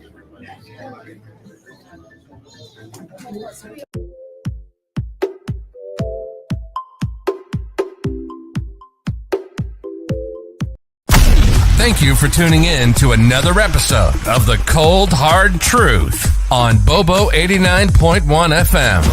Cayman's #1 talk show is live weekdays from 7:30 a.m. Never miss an episode again. Watch anytime on CMR's Facebook and YouTube channels for the latest show episodes. Don't forget to follow us online on our social media channels. And visit CaymanMarlRoad.com for all the latest news and community happenings.